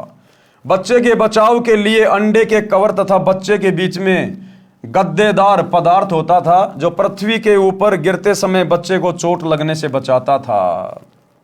देखो, इस परमात्मा ने हर प्राणी की सुरक्षा का इंतजाम कर रखा है। ये बंदी छोड़ने हर प्राणी की। अनल पक्षी का बच्चा पृथ्वी पर अन्य पक्षियों के बच्चों के साथ रहता था। यानी परमात्मा हमें उदाहरण दे रहे हैं, भूलना नहीं चाहिए कि भगत ने कैसा होना चाहिए, मर्तक भगत के क्या लक्षण हैं। तो एक उदाहरण है अनल पक्षी के बच्चे का। अब वो बच्चा अपने माता पिता से ऊपर से नीचे आया। अब उस बच्चे को यह भी नहीं पता, क्योंकि अंडा तो नीचे आके फूटा, अब उसको तो यह भी नहीं पता तेरे माता पिता कौन है, कहां है, लेकिन ऑटोमेटिक उसका ध्यान ऊपर अपने माता पिता की तरफ रहता है। एक क्षण भी वो बच्चा ध्यान से दूर नहीं होता। वो बाकी जंगल में बाकी पक्षियों के साथ में खेलता है, रहता है, खाता है, लेकिन उसकी सुरती ऊपर रहती है कि ये मेरा देश नहीं है, ये मेरे रहने की जगह नहीं है, मुझे यहां नहीं रहना, मुझे एक दिन जाना है मेरे माता पिता के पास। वो जाने की तैयारी करता है, अच्छा खासा खाता है, पीता है, मजबूत हो जाता है, कई बार ऊपर तक उड़ उड़ के देखता है और अंत में लेके 4 हाथियों को और फिर उड़ जाता अपने माता पिता के पास।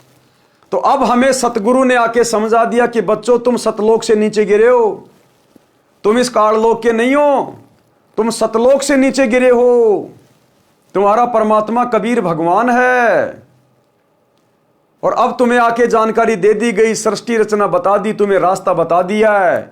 अब बढ़िया से भक्ति की खुराक खाओ, मर्यादा मत तोड़ो और संसार से लगन मत लगाओ। यारी दोस्ती रिश्तेदारी में, घर परिवार के मोह ममता में मत पड़ो। जिस प्रकार वो अनल पक्षी का बच्चा पक्षियों में रहता है, खेलता है, खाता है, लेकिन उसकी सुरती ऊपर रहती है। वो उन दोस्तों के अंदर लगाव नहीं लगाता, उसका कोई मोह नहीं होता। उसको पता है कि ये मेरे साथी नहीं है, मुझे तो ऊपर जाना है, मेरे माता पिता ऊपर हैं। तो इसी प्रकार सतगुरु से ज्ञान लेने के बाद अब हमने ज्यादा लगाव संसार से नहीं रखना। अपने बेटा बेटी से, बच्चों से, पोता पोतियों से हमने विशेष मोह नहीं रखना, मोह ममता में नहीं पड़ना। हमारी सुरती, हमारा ध्यान पल पल ये होना चाहिए, मैंने तो सतलोक जाना है। गुरुजी क्या समझाते हैं, गुरुजी क्या समझाते हैं, अगर काल ने तुझे यहीं रख लिया तो बेटा फिर तू जन्म दर जन्म, जन्म दर जन्म यही धक्के खाता रहेगा, उलझा देगा। तो भगत कहते हैं संसार में रहे, अपना काम धंधा भी करे, सबसे मीठा बोले, परिवार में प्रेम से रहे, लेकिन ममता किसी से नहीं। सुरती हमेशा सतलोक की तरफ कि मुझे तो मेरे परमात्मा के पास जाना है, मेरे गुरुदेव के पास जाना है, मैंने तो सतलोक में जाना है, ये मेरा देश नहीं है। तो इस प्रकार से अनल पक्षी का बच्चा पृथ्वी पर अन्य पक्षियों के बच्चों के साथ रहता था, उनसे मिलकर उड़ता था, परंतु उसकी अंतरात्मा ये मानती थी कि ये मेरा घर यानी परिवार नहीं है। और हमने ज्ञान आधार से गुरुदेव के सत्संगों से विचार करना है, और हकीकत है कि ये काललोक हमारा परिवार नहीं है, हम तो सतलोक से आए हैं, सतलोक से, और हमने सतलोक में ही जाना है। अंतरात्मा ये मानती थी कि ये मेरा घर यानी परिवार नहीं है, मेरा परिवार तो ऊपर है, मैंने ऊपर अपने परिवार में जाना है। हम भक्तों का परमानेंट परिवार, हमारे रियल माता पिता भाई बंधु सतलोक में हैं, हमारे इंतजार में हैं। आज जो हमारा परिवार है यहाँ पर, ऐसे ऐसे तो ना जाने अरबों खरबों हमारे परिवार बन चुके हैं। यहाँ के परिवार तो यही मिट्टी में मिल जाते हैं। हमारा अविनाशी परिवार, शाश्वत परिवार सतलोक में हमारा इंतजार कर रहा है कि बच्चा खेलने गया था, अभी तक आया क्यों नहीं।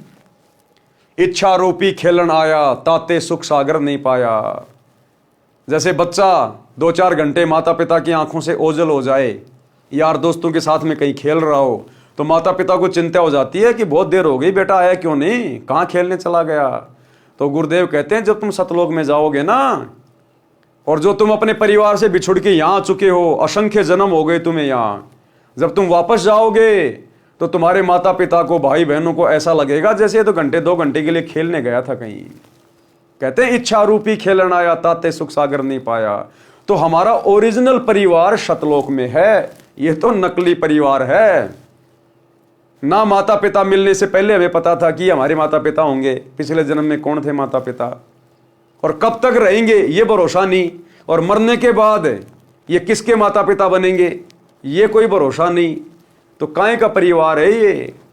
परमात्मा कहते हैं जब तक इस परिवार में है, तेरा पिछला कोई संस्कार है, भक्ति करेगा, परमात्मा उसको भी हल्का करेगा।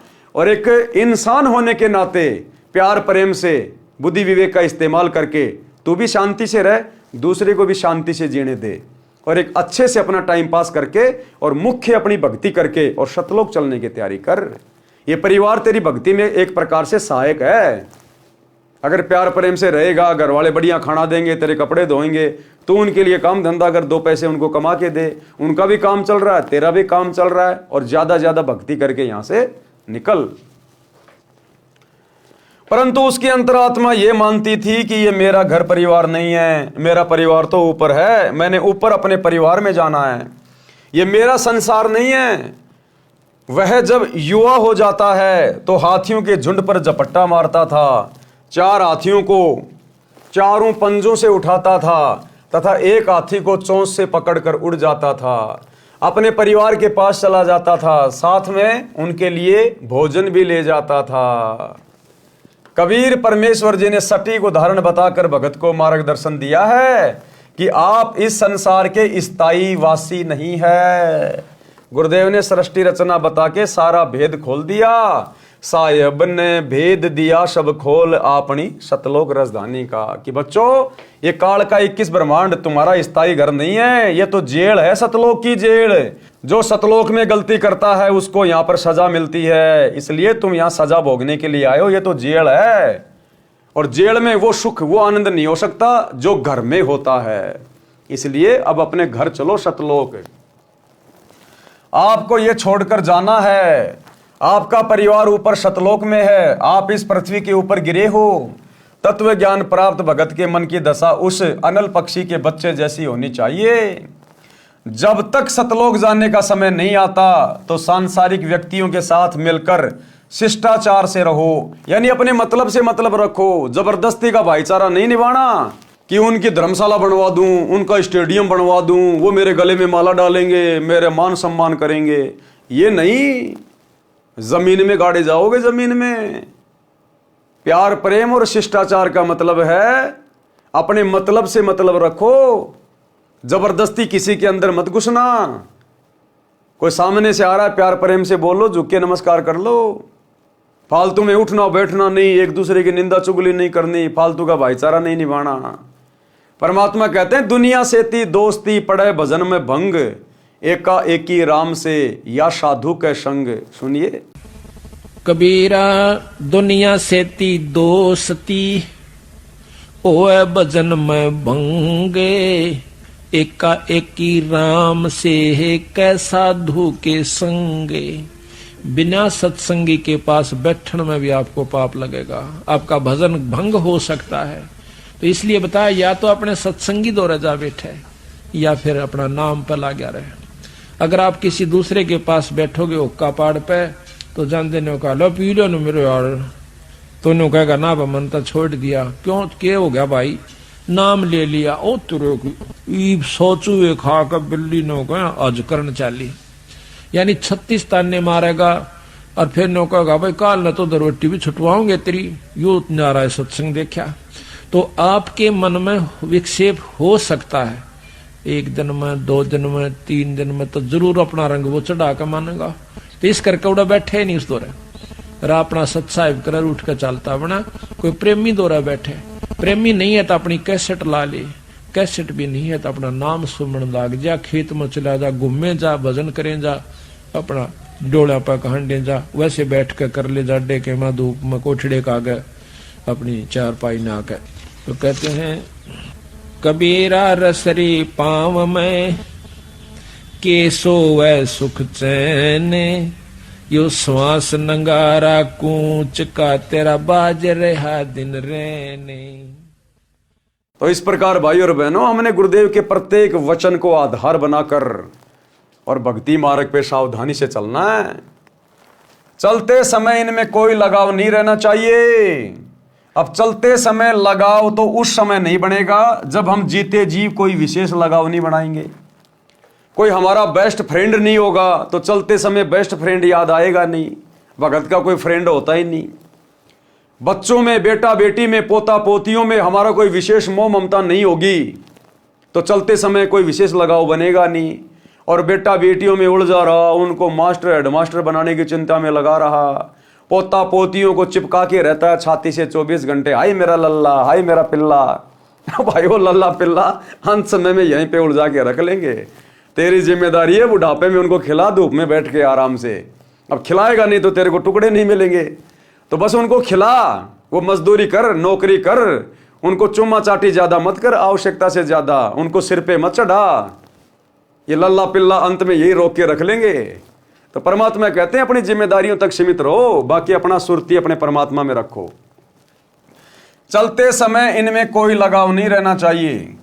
अपनी नाम सुमरण की कमाई तथा पुण्य धर्म की कमाई साथ लेकर उड़ जाना है। अपने परिवार के पास अपने निज घर सतलोक में जाना है। अनुराग सागर के पेज नंबर 152 का सारांश। इस पृष्ठ पर परमेश्वर ने शरीर के अंदर का गुप्त भेद बताया है। इस मानव शरीर में 72 नाड़ियां हैं, उनमें 3 ईड़ा, पिंगला, सुषमना मुख्य है, फिर एक विशेष नाड़ी है ब्रह्मरंध्र। परमेश्वर कबीर जी ने बताया है कि धर्मदास मन ही ज्योति निरंजन है। सारी बकवाद कौन करवाता है? मन। ये मन ही काल है, मन ही ज्योति निरंजन है। और मन के ऊपर कंट्रोल हो, यही सतगुरु चाहते हैं कि हम अपने मन पे कंट्रोल करें। जब मन पे कंट्रोल होगा तभी हम काम, क्रोध, लोभ, मोह, अहंकार वाली स्थिति से दूर हट सकते हैं। और इससे हटे बिना हम भगत नहीं बन सकते। और ये हटेगा गुरु को परमात्मा मानकर भक्ति करने से, गुरु के प्रति समर्पित होकर भक्ति करने से। परमेश्वर कबीर जी ने बताया है कि धर्मदास मन ही ज्योति निरंजन है। इसने जीव को ऐसे नचा रखा है जैसे बाजीगर बंदर को नचाता है। इस शरीर में 5 तत्व, 25 प्रकृति तथा 3 गुण काल के 3 एजेंट हैं। जीव को धोखे में रखते हैं। इस शरीर में काल निरंजन तथा जीव दोनों ही मुख्य भूमिका में हैं। काल निरंजन मन रूप में सब पाप करवाता है, पाप जीव के सिर रख देता है। अनुराग सागर के पेज नंबर 153 का सारांश।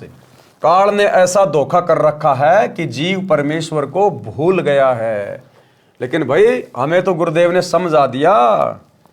आकर परमेश्वर ने सृष्टि रचना के माध्यम से पूरी जानकारी दे दी कि मन कौन है, क्या भुला दिया, क्या तुम्हें याद रखना चाहिए था, क्या याद करोगे तब तुम जाकर सफल होगे।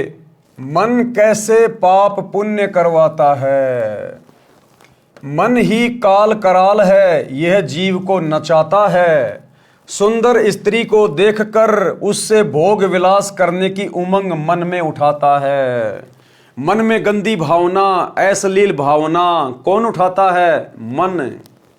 ये काल किसी सुंदर बहन बेटी को पहले दिखाएगा, फिर उसके प्रति आकर्षण पैदा करेगा, मन में गंदे गंदे अश्लील भाव पैदा करेगा। क्यों? क्योंकि इसकी यही तो खुराक है। अरे इसको यही तो श्राप लगा है मैल खाने का, ये गंध खाने का ही तो इसको श्राप है।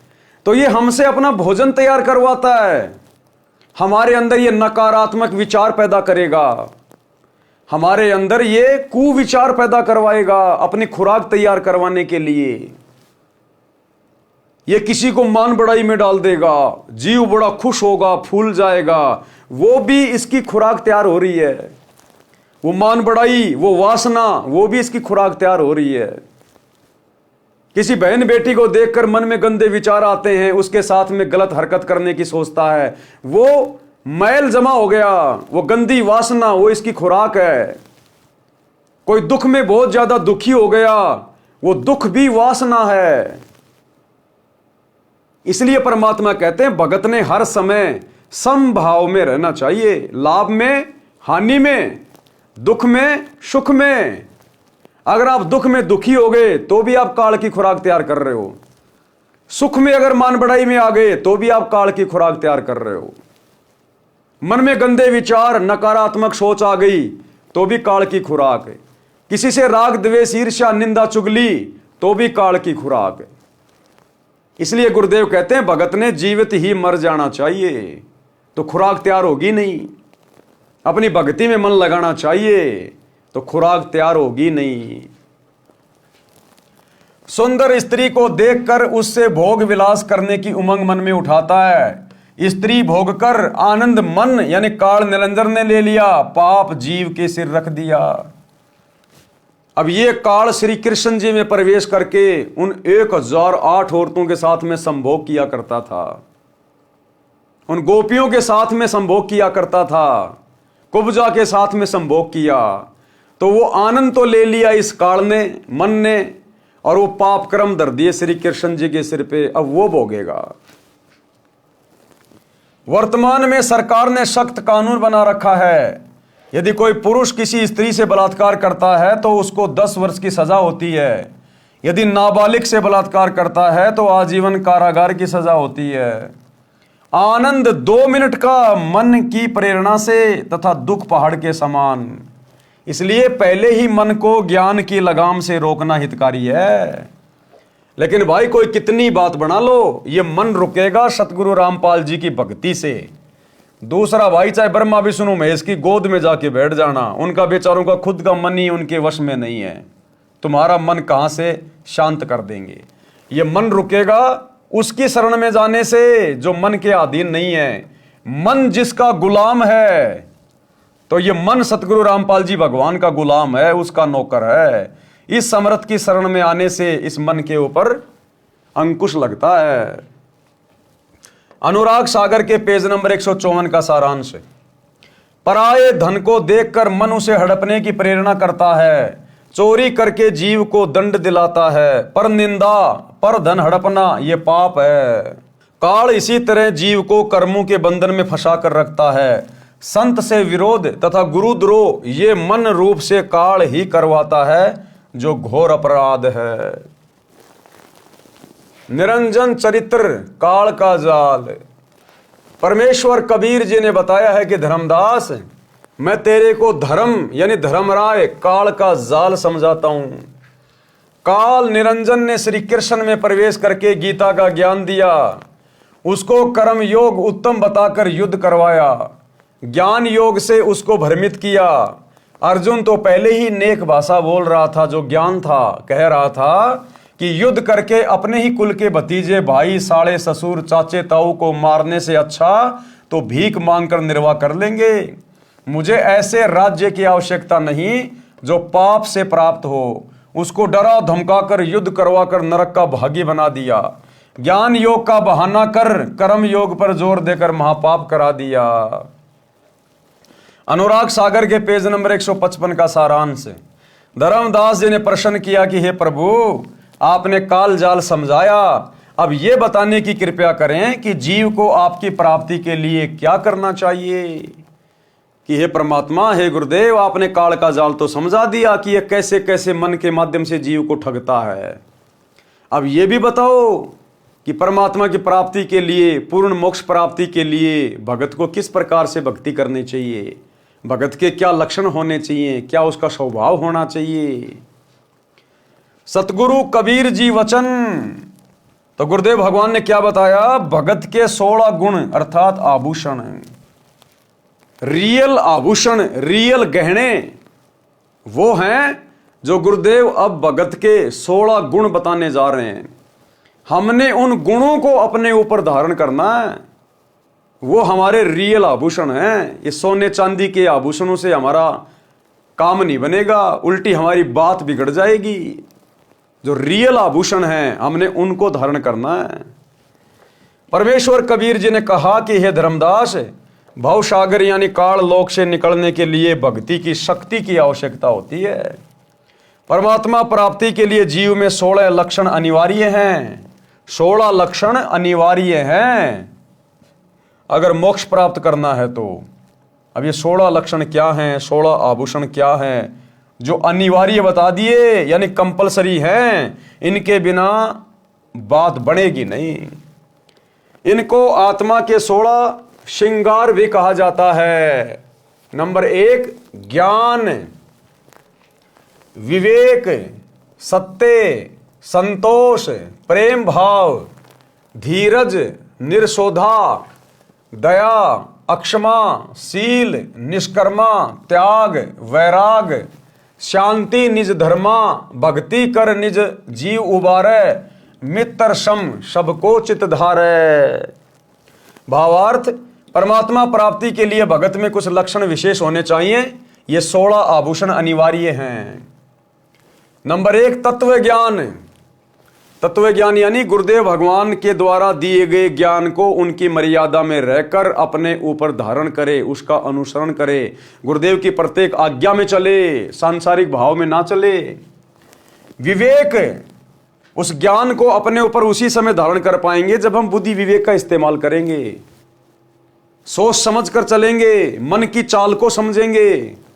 मेरा हित कहां है, मेरा अहित कहां है, तो हमने विवेक को भी साथ साथ में रखना है। सत्य भाषण, परमात्मा के दिए में संतोष करें, परमात्मा के दिए में संतोष करें। पर धन और पर नारी को जहर के समान समझें। गुरुदेव कह रहे हैं पर धन और पर नारी को जहर के समान समझें। जैसा गुरुदेव ने आपको परिवार दे दिया, जैसा आपको रोजगार दे दिया, जैसा आपको शरीर दे दिया, जैसा आपको रूप दे दिया, जैसे आपको बेटा बेटी दे दिए, कहते हैं उन्हीं में संतोष करो। दूसरे की देखा देखी अपने आप को असंतुष्ट मत करना। जो तेरे भाग्य में है वही दिया तुझे परमात्मा ने, तेरे साथ कोई धोखा नहीं किया। और उसको परमेश्वर की इच्छा जाने, प्रेम भाव से भक्ति करें तथा अन्य से भी मीठी भाषा में बात करें। धैर्य रखें, सतगुरु ने जो ज्ञान दिया है उसकी सफलता के लिए हौसला रखें, फल की जल्दबाजी ना करें। पिछले से पिछले वीडियो में परमात्मा ने धैर्य और विश्वास के ऊपर कितनी बढ़िया बढ़िया बातें लिखी हैं जो आप लोगों को समझाई गई। तो परमात्मा कहते हैं भक्ति लेने के बाद में भगत को धैर्य रखना चाहिए, फल की जल्दबाजी नहीं करनी चाहिए। परमात्मा अंतर्यामी है, सब कुछ देख रहा है। जैसी भक्ति करोगे, जैसा मर्यादा निभाओगे, वैसा ही तुम्हें रिजल्ट गुरुदेव देते रहेंगे। किसी के साथ दगा यानी धोखा नहीं करें, दया भाव रखें। भगत तथा संत का आभूषण क्षमा भी होता है। अगर कोई हमें उल्टी सीधी बात बोल दे, ओछी मंदी बात बोल दे, नाराज होके 2 थप्पड़ मार दे, तो हमने उसको क्षमा कर देना चाहिए। उसके प्रति मन में कोई राग द्वेष नहीं रखना चाहिए। शत्रु को भी क्षमा कर देना चाहिए, क्योंकि भगत का कोई शत्रु है ही नहीं। और अगर भक्ति में आने के बाद भी हम किसी को अपना शत्रु समझेंगे या अपना कोई विशेष कोई मित्र समझेंगे, तो भी हम भगत नहीं हैं, तो भी हमारी बात नहीं बनेगी। परमात्मा कहते हैं एक शत्रु एक मित्र है, भूल पड़ी रे प्राणी, और यम की नगरी जाएगा शब्द हमारा मानी। अगर तूने यहां किसी से विशेष यारी दोस्ती रखी, अगर भगत ने यह कह दिया कि ये मेरा बेस्ट फ्रेंड है, ये मेरा परम मित्र है, वो गया काम से। अगर कोई भगत का यहां पर कोई शत्रु मिला, गया काम से। हां, यदि कोई जानबूझ के भगत को अपना शत्रु मान रहा तो लाख बार माने, उसमें भगत का कुछ नहीं बिगड़ेगा। लेकिन भगत ने किसी को शत्रु भाव से नहीं देखना। तो कहते हैं एक शत्रु एक मित्र है, भूल पड़ी रे प्राण, और यम की नगरी जाएगा शब्द हमारा मान। शत्रु को भी क्षमा कर देना चाहिए, शील स्वभाव होना चाहिए, भक्ति को निष्काम भाव से करे। यानी गुरुदेव का सुमरण कर रहे हैं, सत्संग सुन रहे हैं, तो मन में कोई इच्छा नहीं होनी चाहिए, कोई सांसारिक डिमांड नहीं होनी चाहिए कि बेटा हो जाए, पोता हो जाए, छोरा नौकरी लग जाए, बड़ा मकान मिल जाए, ए गुरुजी मुझे गाड़ी मिल जाए। निष्काम भाव से भक्ति करे, बिना किसी लाग लपेट के, बिना किसी इच्छा के। सतगुरु अंतर्यामी है, जिस चीज की आवश्यकता होगी तेरे भाव देख के अवश्य देगा। तो कहते हैं निष्काम भाव से जब लग भक्ति सकामना, सकामना यानी इच्छाओं के साथ यदि आप भक्ति कर रहे हो तो आपकी भक्ति वही नष्ट होती रहेगी। तो कहते हैं जब तक भक्ति सकामना तब लग निष्फल सेव, तेरी पूजा पाठ बेकार। और कहे कबीर वे क्यों मिले निष्कामी निष्देव, वो परमात्मा तो निष्काम भक्ति से मिलता है, और जो मन में कोई इच्छा करके भक्ति कर रहा है तो उसको परमात्मा नहीं मिलेगा। भक्ति को निष्काम भाव से करे, सांसारिक लाभ प्राप्ति के मकसद से ना करे। त्याग की भावना बहुत अनिवार्य है, वैराग होना चाहिए। किसमें? संसार के प्रति वैराग होना चाहिए, सांसारिक नश्वर वस्तुओं के प्रति वैराग होना चाहिए, काम क्रोध मोह लोभ अहंकार के प्रति वैराग होना चाहिए। संसार को असार तथा अपने जीवन को अस्थायी जानकर परमात्मा के प्रति विशेष लगाव होना मोक्ष में अति आवश्यक है। संसार को असार यानी ये 21 ब्रह्मांड, यहाँ के झूठे सुख राजपाट धन दौलत ऐसो आराम जो हमें दिखाई दे रहे हैं, ये केवल एक धोखा है। तो कहते हैं संसार को असार तथा अपने जीवन को अस्थायी जानकर कि भैया सदा नहीं रहेगा, अमर नहीं है। सतयुग में जिनकी लाखों लाखों साल की उम्र थी वो भी ना जाने कितनी बार मर लिए। देवताओं की कितनी लंबी उम्र है, वो भी मरते रहते हैं। तो अपने जीवन को अस्थायी समझकर कि भैया देख मरना तो है, ये शरीर मिल गया। अब भगवान ने जितनी भी इसकी आयु निश्चित की है जिस भी युग के हिसाब से, अब इस कलयुग में 100 साल की आयु निश्चित कर रखी है, लेकिन अपने कर्मों के कारण, भक्ति ना करने के कारण, उल्टा सीधा खाने पीने के कारण इंसान अकाल मौत मर जाता है, क्योंकि वो उसके स्वतंत्र कर्म होते हैं। अन्यथा भगवान ने तो 100 साल की उम्र फिक्स कर रखी है। या जिसने कोई पिछले जन्म में ज्यादा ही कुकर्म कर रखे हैं तो भैया वो फिर अकाल मौत मरता है। अन्यथा भगवान ने तो कलयुग में 100 साल की उम्र रखी हुई है वर्तमान समय में। तो कहने का मतलब है अपने जीवन को अस्थायी समझकर कि जाना तो पड़ेगा। चलो तू 100 साल भी जी लिया, फिर भी शरीर तो छूटेगा, और शरीर छूटेगा तो ये परिवार भी छूटेगा, ये बेटा बेटी भी छूटेंगे, धन दौलत भी छूटेगी, यानी मरना तो है। अब जब मरना ही है तो क्यों ना सतलोक वाली भक्ति कर ले। अरे मर के भाई नरक में भी जाना पड़ेगा, स्वर्ग में भी जाना पड़ेगा, जैसे तूने कर्म को कर्म किए हैं। तो मरना तो है और मरने के बाद आगे भी जाना है, तो क्यों ना फिर सतलोक वाली भक्ति कर लें। जब मरना भी है, मरने के बाद आगे भी जाना है, तो क्यों ना अपना अगला ठिकाना सुधार लें, अपना अगला जन्म तो सुधार लें। जब मरना ही है तो क्यों ना फिर सतलोक वाली भक्ति करें। हमारा कोई ठिकाना तो होगा, कोई जगह तो होगी हमारी। और बाकी वैसे भी मरना भाई, वैसे मर के नरक में जाएगा, 84 लाख योनियों में जाएगा। तो जब इन बातों का पता चल गया कि यहां पर परमानेंट ना कोई रहा ना कोई रहेगा, तो क्यों ना आगे के ठिकाने की तैयारी करें जो सतगुरु ने आके बता दिया। संसार को असार तथा अपने जीवन को अस्थायी जानकर परमात्मा के प्रति विशेष लगाव होना मोक्ष में अति आवश्यक है। भगत का विशेष गुण शांति होती है, यानी भगत एकांत में रहे, शांति में रहे, ज्यादा बड़बड़ ना करे, भागा दौड़ ना करे ज्यादा जीवन में, और टाइम के पीछे ना भगे ज्यादा। शांति, जितना भगवान दे रहा आनंद, जो पहनने को दे रहा आनंद, जो खाने को मिल रहा है very good, very nice, best. भागे नहीं फालतू में दुनियादारी को देख के, और उसने मकान बना लिया मैं भी बनाऊं, पैसा कहां से लाऊं, कर्जा ले लूं, थोड़ी जमीन बेच दूं, टेंशन में।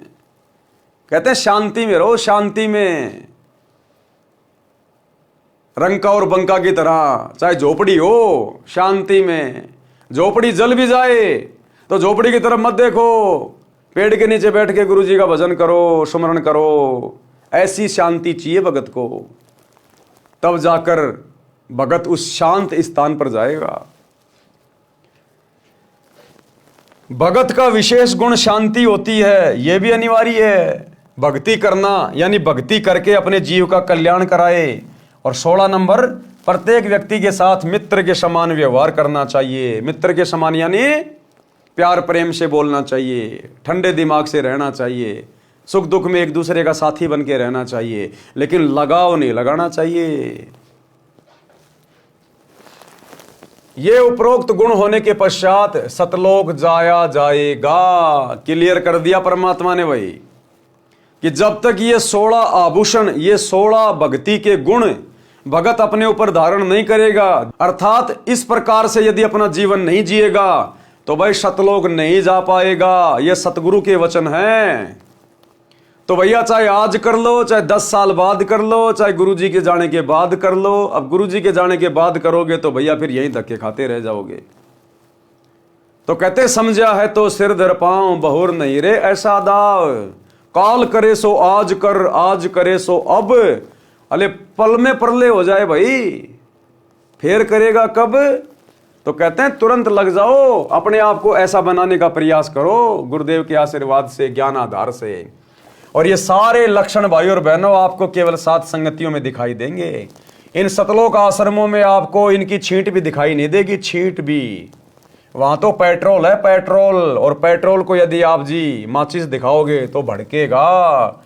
तो ये सारे लक्षण भगत के, सारे गुण आपको 7 संगतियों में दिखाई देंगे, क्योंकि 7 संगति सतलोक का ट्रेनिंग सेंटर है। 7 संगति से जुड़े बिना ये 16 आभूषण आत्मा के ऊपर, भगत के ऊपर धारण नहीं हो पाएंगे। ये उपरोक्त गुण होने के पश्चात सतलोक जाया जाएगा। इसके अतिरिक्त गुरु की सेवा, गुरु पद्धति में विश्वास रखो, परमात्मा की भक्ति और संत समागम करना अनिवार्य है। क्या कह रहे हैं गुरुदेव? संत समागम करना अनिवार्य है। और जब हम सत्सेवक संत समागम करवाते हैं, साध संगतियां करवाते हैं, तो काल के दूत बीच में आके लठ लेके पहुंच जाते हैं। तो बताओ, गुरुजी तो कह रहे हैं कि 7 संगतियां करवाओ, संत समागम करो। संत समागम क्यों होते हैं? गुरु की महिमा के लिए, गुरु का गुणगान करने के लिए, भाई बहनों को भक्ति पे दृढ़ करने के लिए, खाली लड्डू जलेबी बर्फी के लिए नहीं होते संत समागम। तो असल में संत समागम तो साध संगतियां हैं। तो गुरुजी तो कह रहे हैं कि संत समागम करवाना चाहिए, और गुरुजी का परिवार ही संत समागमों में ले लेके लठ पहुंच जाता है। संत समागम करने वालों को जेल भिजवा रहा है, उनके ऊपर मुकदमे करवा रहा है। तो कौन है काल का दूत संगत में? ये दास जो कहता, आपको एक भी बात में फर्क नहीं मिलेगा। अनुराग सागर के पेज नंबर 156 तथा पृष्ठ 157 का सारांश। इन पृष्ठों पर भी यही ज्ञान है और विषय विकार त्यागना चाहिए, तब भक्ति सफल होगी। अनुराग सागर के पेज नंबर 158 से 159 का सारांश। परमेश्वर ने बताया कि उपदेशी को चाहिए कि 15वें दिन कोई धार्मिक अनुष्ठान यानी पाठ कराना चाहिए। अगर आपके गुरुदेव भगवान आश्रम में हैं तो आपने कोशिश करनी चाहिए कि हर 15 दिन में आप अपने गुरुजी के दर्शन करने जाएं। आप उस आश्रम में जाइए जिस आश्रम में आपके गुरुजी साक्षात बैठे हैं। यहां गुरुजी की गैर हाजिरी की बात नहीं हो रही है। जैसे आज ये लाखों की संगत बरवाला कांड के बाद गुरुदेव की गैर हाजिरी में लुट रही है, पिट रही है, ज्योति और पाठ के नाम पे, लड्डू जलेबी बर्फी के चक्कर में पड़ के। यदि आपके गुरुजी आश्रम में हैं, उस समय की बातें हो रही हैं। और यदि आप गुरुदेव के आसपास रहते हैं तो कोशिश करो हर 15 दिन में तो एक बार आप गुरुदेव के पास जाइए, और जितना हो सके दान कीजिए, हो सके तो पाठ करवाइए। परमेश्वर ने बताया कि उपदेशी को चाहिए कि 15वें दिन कोई धार्मिक अनुष्ठान यानी पाठ कराना चाहिए। यदि 15 दिन में नहीं करा सकता है तो महीने में अवश्य कराइए। निर्धन के लिए कहा है कि यदि कोई रंक हो तो साल में 2 बार कराएं या साल में 1 बार अवश्य कराएं। गरीब से गरीब भगत को भी चाहिए कि साल में 1 बार अपने गुरुजी के हाथों में पाठ का पैसा दे, अपने नाम का धर्म कराए, समागम करवाए। साल में कम से कम 1 बार, ये लास्ट है। अगर साल में 5 करवाते हो, 10 करवाते हो, 12 करवाते हो, 25 करवाते हो, वो तो तुम्हारे ऊपर है। चाहे दिन में रोज कराओ, लेकिन अंतिम सीमा बताई गुरुदेव ने, चाहे कोई कितना गरीब, कितना भिखारी क्यों ना हो, अपने खर्चे वर्चे सीमित करके भले एक टाइम की रोटी खानी पड़े, लेकिन अपने गुरुजी को साल में 1 पाठ जरूर करवाना चाहिए। अपने गुरुजी को गुरुजी की गैर हाजिरी में गुरुजी के परिवार को नहीं, किसी कोऑर्डिनेटर को नहीं, अपने गुरुजी को। और वर्तमान में हमारे गुरुदेव तो हिसार जेल में बैठे अपने मिशन के तहत, तो हम पाठ कैसे करवाएं? कि हम दोषी बनेंगे परमात्मा के? नहीं। विशेष परिस्थितियों में भगत दोषी नहीं बनता।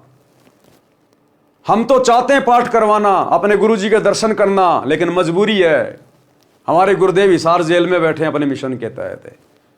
तो ऐसे में भगत को दोष नहीं लगता। ऐसे में भगत ने क्या करना चाहिए? भगत ने संकल्प कर लेना चाहिए, साधु भूखा भाव का, धन का भूखा नाई, जो कोई धन का भूखा साधु भी नाई।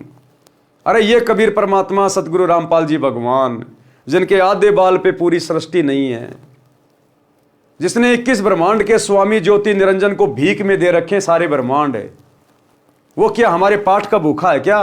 वो 15-20 हजार रुपए का भूखा है क्या? वो तो केवल हमारे हाथ से थोड़ा बहुत धन लेके शुभ कार्यों में लगा के हमारे को धनवान बनाता है। आने वाले समय में कोई संकट आना हो, परमात्मा उसको टालता है। उसमें तो हमारा ही फायदा है, हमारा हित है, और वो पैसा भी हम उनकी प्रेरणा से ही लगाते हैं। तो कहते हैं यदि आपके गुरुदेव आश्रम में नहीं है, ऐसी स्थिति में भगत को दोष नहीं लगता। साधु भूखा भाव का, धन का भूखा नाई, जो कोई धन का भूखा साधु भी नाई। तो ऐसी स्थिति में आप जी ने संकल्प कर लेना चाहिए, अपने घर पर दरबार साहिब के सामने गुरुदेव भगवान को दंडोत करके संकल्प करना चाहिए कि हे गुरुदेव भगवान, आपका दास आपके चरणों में पाठ प्रकाश का संकल्प करता है। हे गुरुदेव, आप दास के पाठ प्रकाश को स्वीकार करने की कृपा करें। हे गुरुदेव, जब आप आश्रम में आएंगे उस समय दास आपके कर कमल में पाठ प्रकाश का पैसा देगा। तो परमात्मा प्रसन्न होता है। साधु भूखा भाव का, धन का भूखा नाई। तो हम भगतों ने साल में कम से कम एक बार अपने गुरुदेव के प्रकट दिवस के ऊपर, सतगुरु प्रकट दिवस के दिन 8 सितंबर के दिन सहपरिवार, यदि परिवार में 5 उपदेशी हैं, सभी ने अलग अलग गुरुदेव के दरबार में जाकर दंडोत करके पाठ प्रकाश का संकल्प करना चाहिए। यदि आप बीच में करना चाहते हैं तो आपकी मर्जी है, चाहे कितनी बार पाठ प्रकाश का संकल्प करो। पैसे का इंतजाम भी परमात्मा ही करवाएगा। हमने केवल नीयत अच्छी रखनी है, केवल नीयत साफ रखनी है हमने। तो गुरुदेव की गैर हाजिरी में हमने कहीं किसी फर्जी आश्रम में जाके, या गुरुदेव के बेटा बेटी को, उनके किसी रिश्तेदार को जो गुरु के द्वारा अधिकारी नहीं है, हाँ यदि गुरुजी ने किसी को अधिकारी घोषित कर रखा है और गुरुदेव ने अपने मुख कमल से सत्संग में या लिखित में दे रखा है, अपनी किसी पुस्तक में या अपने सत्संग में, कि मेरा बेटा अधिकारी है, मेरी बेटी अधिकारी है, तो हम फिर वहां जाकर और उनको पाठ प्रकाश दे सकते हैं। हम जो भी गुरुदेव ने कहा, जो आदेश दिया, वैसा ही हम कर सकते हैं। लेकिन 2014 बरवाला कांड के बाद से लेकर वर्तमान 2025 तक गुरुदेव भगवान ने किसी को भी अधिकारी नहीं बनाया है, ना पाठ करने के लिए, ना ज्योति पाठ का और दान का पैसा लेने के लिए। वर्तमान में गुरुदेव का कलियुगी परिवार काल प्रेरणा से मनमुखी ठेकेदार बना हुआ है और संगत इनके ऊपर अंधविश्वास करके अपने कर्म फोड़ रही है। तो क्या कह रहे हैं गुरुदेव? निर्धन के लिए कहा है कि यदि कोई रंक हो तो वर्ष में 2 बार कराए या वर्ष में 1 बार अवश्य कराए। यदि वर्ष में नहीं कराएगा तो वह भगत साकट यानी भक्तिहीन कहलाएगा। 1 वर्ष में भी पाठ करवाए तो उससे जीव को मोक्ष में धोखा नहीं। भाई और बहनों, मन में बिल्कुल भी शंका पैदा नहीं करनी है कि भैया संकल्प से कैसे बात बनेगी, हमने तो पाठ करवाया नहीं, इतनी साल हो गई, साल में 1 बार जरूर करवाना चाहिए। अगर जरा भी कच्चापन मन में आ गया ना, उसी समय नीचे गिर जाओगे, फिर चाहे तुम कितने पाठ करवाते रहो। यहां तो साल की बात हो रही है। करोथा कांड के समय गुरुजी 21 महीने रोहतक की जेल में थे और उस समय ना कोई आश्रम था, ना कोई नामदान सेंटर था, ना कहीं कोई पाठ होता था, ना कहीं कोई ज्योति होती थी। जेल से आने के बाद गुरुदेव ने बताया कि किसी का नामखंड नहीं है, क्योंकि तुम तो चाहते थे कि हम गुरुजी से मिले, हम गुरुजी को पाठ करवाएं, लेकिन मजबूरी थी। तो ऐसी मजबूरी वाली स्थिति में नामखंड नहीं होता, चाहे 20 साल क्यों ना लग जाए। गुरुदेव के मुख कमल से सुन लीजिएगा। जब गुरुदेव रोहतक की जेल से आए 21 महीने बाद, तो भक्तों ने शंका जाहिर की। जब गुरुजी ने सत्संग सुनाया कि साल में 1 बार पाठ जरूर करवाना चाहिए, अपने गुरु के दर्शन जरूर करने चाहिए, तो भक्तों के मन में शंका हो गई कि गुरुजी आप तो 21 महीने रोहतक की जेल में थे, हम तो आपके दर्शन ही नहीं कर पाए, हम तो पाठ ही नहीं कर पाए, फिर हमारा तो नाम खंड हो गया होगा। तो गुरुदेव ने कहा कि बेटे ऐसी स्थिति में नहीं होता। ऐसी स्थिति में, मजबूरी वाली स्थिति में, चाहे 20 साल आप अपने गुरु से दूर रहो, ऐसी स्थिति में नामखंड नहीं होता, कोई दोष नहीं होता। सुनिए छोटा सा सत्संग।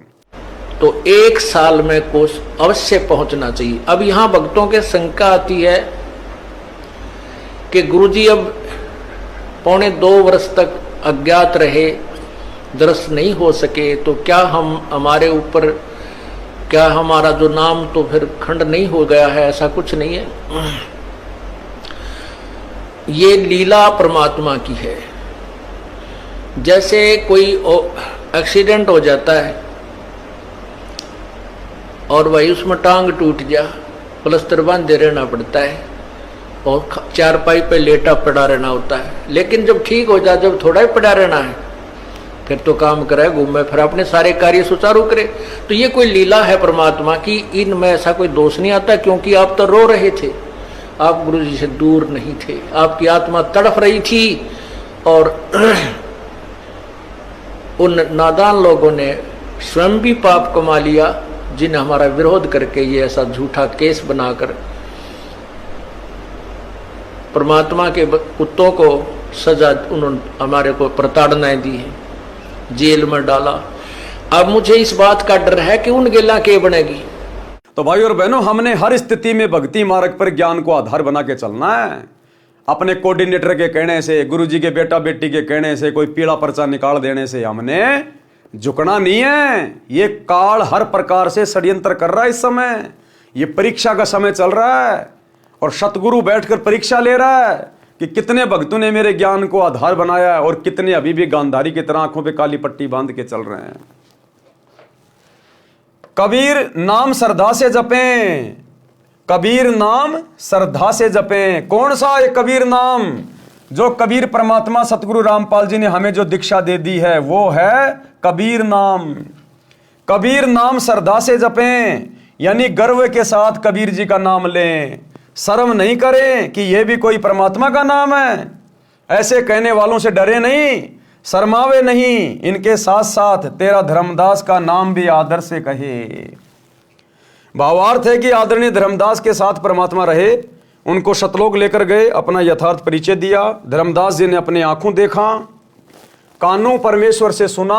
आध्यात्मिक ज्ञान कबीर सागर, कबीर वाणी, कबीर बीजक, कबीर शब्दावली को लिखकर मानव समाज पर महान उपकार किया है। इसलिए धर्मदास जी की महिमा भी करनी चाहिए। महिमा का मतलब धर्मदास जी का नाम आदर सत्कार से लेना चाहिए, बस इतना ही। हम पिछली पीढ़ी वालों ने और किसी की महिमा नहीं करनी फालतू की, क्योंकि परमात्मा तो सबको आदर देंगे, सबको सम्मान देंगे। ये परमात्मा है भाई, इनकी बात अलग है, इनके ऊपर कोई नियम लागू नहीं है। लेकिन हम भगत है, हमारे ऊपर नियम लागू है। हम महिमा केवल अपने गुरु की कर सकते हैं, किसी और की नहीं।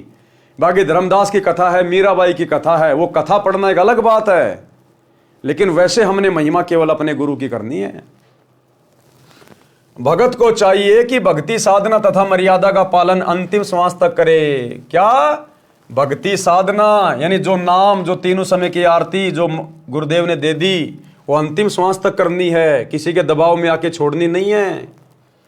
और मर्यादा का पालन, ये सबसे इंपॉर्टेंट है। मर्यादा बिना भक्ति किसी काम की नहीं, चाहे लाख माला फेर ले। और मर्यादा का पालन अंतिम श्वास तक करें। और ये काल मर्यादा में नहीं रहने देगा, ये मर्यादा ही तुड़वाता है। इसका यही काम है काल का, और कोई काम नहीं है। और वर्तमान में 2014 बरवाला कांड के बाद से इसने लाखों की संगत की, जो सतलोक आश्रमों से जुड़े हैं, सबकी मर्यादा खंडित करवा रखी है। केवल सत्सेवकों के ऊपर गुरु आशीर्वाद से इस मन का दाव नहीं चला, इस काल का दाव नहीं लगा। बाकी सबकी मर्यादा खंडित है, सबके टायर फूटे हुए हैं। जैसे सूरवीर युद्ध के मैदान में या तो मार देता है या स्वयं वीर गति को प्राप्त हो जाता है, वह पीछे कदम नहीं हटाता। संत तथा भगत का रण क्षेत्र भक्ति मंत्र जाप तथा मर्यादा है। जो शिष्य गुरु से विमुख हो जाता है, नाम खंडित कर देता है, तो स्वाभाविक ही वह गुरु में कुछ दोष निकालेगा, जिस कारण से नरक में अग्निकुंड में गिरेगा। यदि गुरु विमुख होकर भक्ति छोड़ देता है तो उसको भी बहुत हानि होती है। उदाहरण, जैसे इन्वर्टर को चार्जिंग पर लगा रखा है, वह चार्ज हो रहा है। यदि बीच में चार्जर निकाल लिया जाए तो वह इन्वर्टर जितना चार्ज हो गया था उतनी देर लाभ देगा। फिर अचानक सर्व सुविधाएं बंद हो जाएंगी। इसी प्रकार उस शिष्य की दशा जाने। गुरु शरण में रहकर मर्यादा में रहते हुए जितने दिन भक्ति की वह शक्ति आत्मा में जमा हो गई। सतलोक आश्रम मैनेजमेंट हरियाणा से जुड़े हुए भाई बहन ध्यान से सुन ले भाई। गुरुदेव का परिवार, उनके बेटा बेटी, भाई बंधु रिश्तेदार ध्यान से सुन लो भाई। कोऑर्डिनेटर ध्यान से सुन लो भाई। तुम्हारी भक्ति नहीं चल रही है। जितने दिन तुमने गुरु जी की शरण में रहकर मर्यादा में रहकर भक्ति की, केवल तुम्हारी बैटरी चल रही है। बैटरी वर्तमान में तुम सबके नाम खंडित हैं और ये बैटरी कब तक चलेगी? जिस दिन तुम्हारा चार्जर खत्म, तुम्हारी बैटरी डिस्चार्ज, उल्टे दिन शुरू। गुरु शरण में रहकर मर्यादा में रहते हुए जितने दिन भक्ति की वह शक्ति आत्मा में जमा हो गई, उतनी आत्मा चार्ज हो गई।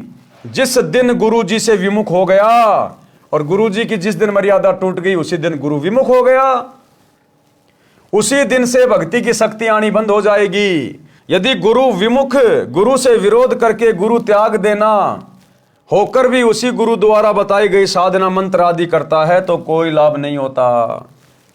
जैसे बिजली का कनेक्शन कट जाने के पश्चात पंखे, मोटर, बल्ब के स्विच बटन दबाते रहो, न पंखा चलेगा न बल्ब जलेगा। यही दशा गुरु विमुख साधक की होगी, फिर नरक का भागी होगा। कबीर परमेश्वर जी ने कहा है कि कबीर मानुष जन्म पाए कर खोवे, सतगुरु विमुखा युग युग रोवे। कबीर गुरु विमुख जीव कभू न बचे, अग्नि कुंड में जर जर नाचे। कोटि जन्म विष दर को पावे, सर्प के पाएगा करोड़ों जन्म। कोटि जन्म सर्प को पावे, विष ज्वाला सही जन्म गमावे। बिष्टा टट्टी माही कीड़ा जन्म धरी, कोटि जन्म नरक ही पढ़ी।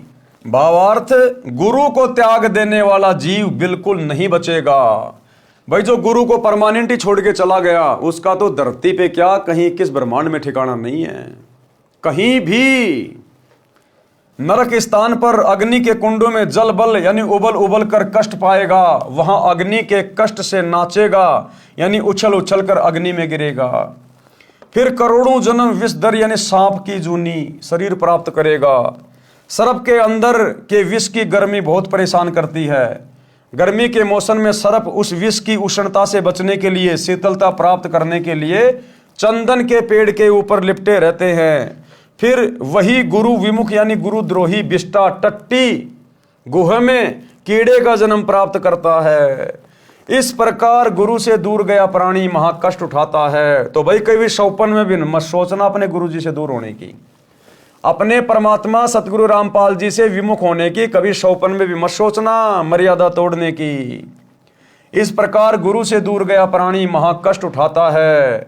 आज भाई अपने परिवार का कष्ट उठा लो, अपने माता पिता की गालियां खा लो, दो चार डुक्का मुक्की खा लो, लोगों की बातें सुन लो, इसमें भी हमारा फायदा है।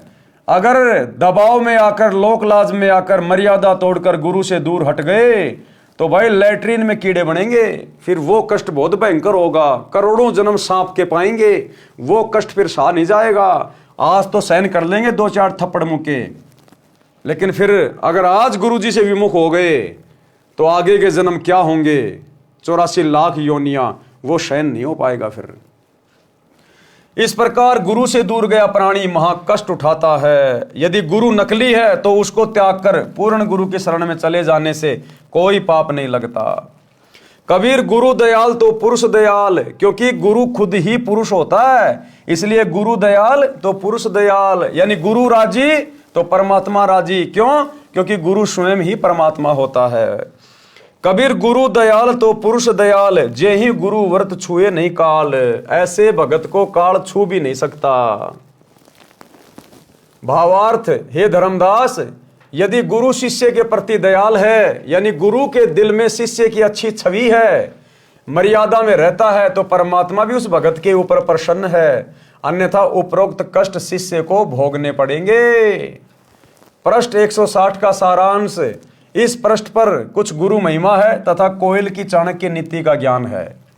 काल का जीव सतगुरु ज्ञान नहीं मानता। अब काल का जीव सतगुरु का ज्ञान कैसे नहीं मानता, लगेगा भक्ति कर रहा है और सारी मर्यादा तोड़ के रहता है, गुरु के आगे भक्ति का दिखावा करेगा, पीछे से सारे काम वही करेगा। तो काल का जीव किस प्रकार से गुरु की भक्ति पे नहीं लगता, गुरु की बात नहीं मानता, इस विषय पर हम कल रात्रि 8 बजे आगे के वीडियो में समझेंगे। तब तक गुरुदेव भगवान हम सबको आज्ञा दे, इजाजत दे, आशीर्वाद दे। बंदी छोड़ सतगुरु रामपाल जी भगवान की जय हो।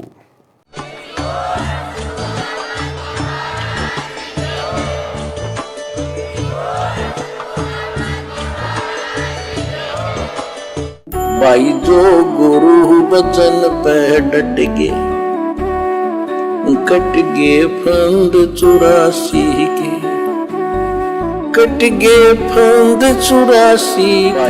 जो गुरु बचन पे डट के कट गे फंद 84 के, कट गे फंद 84।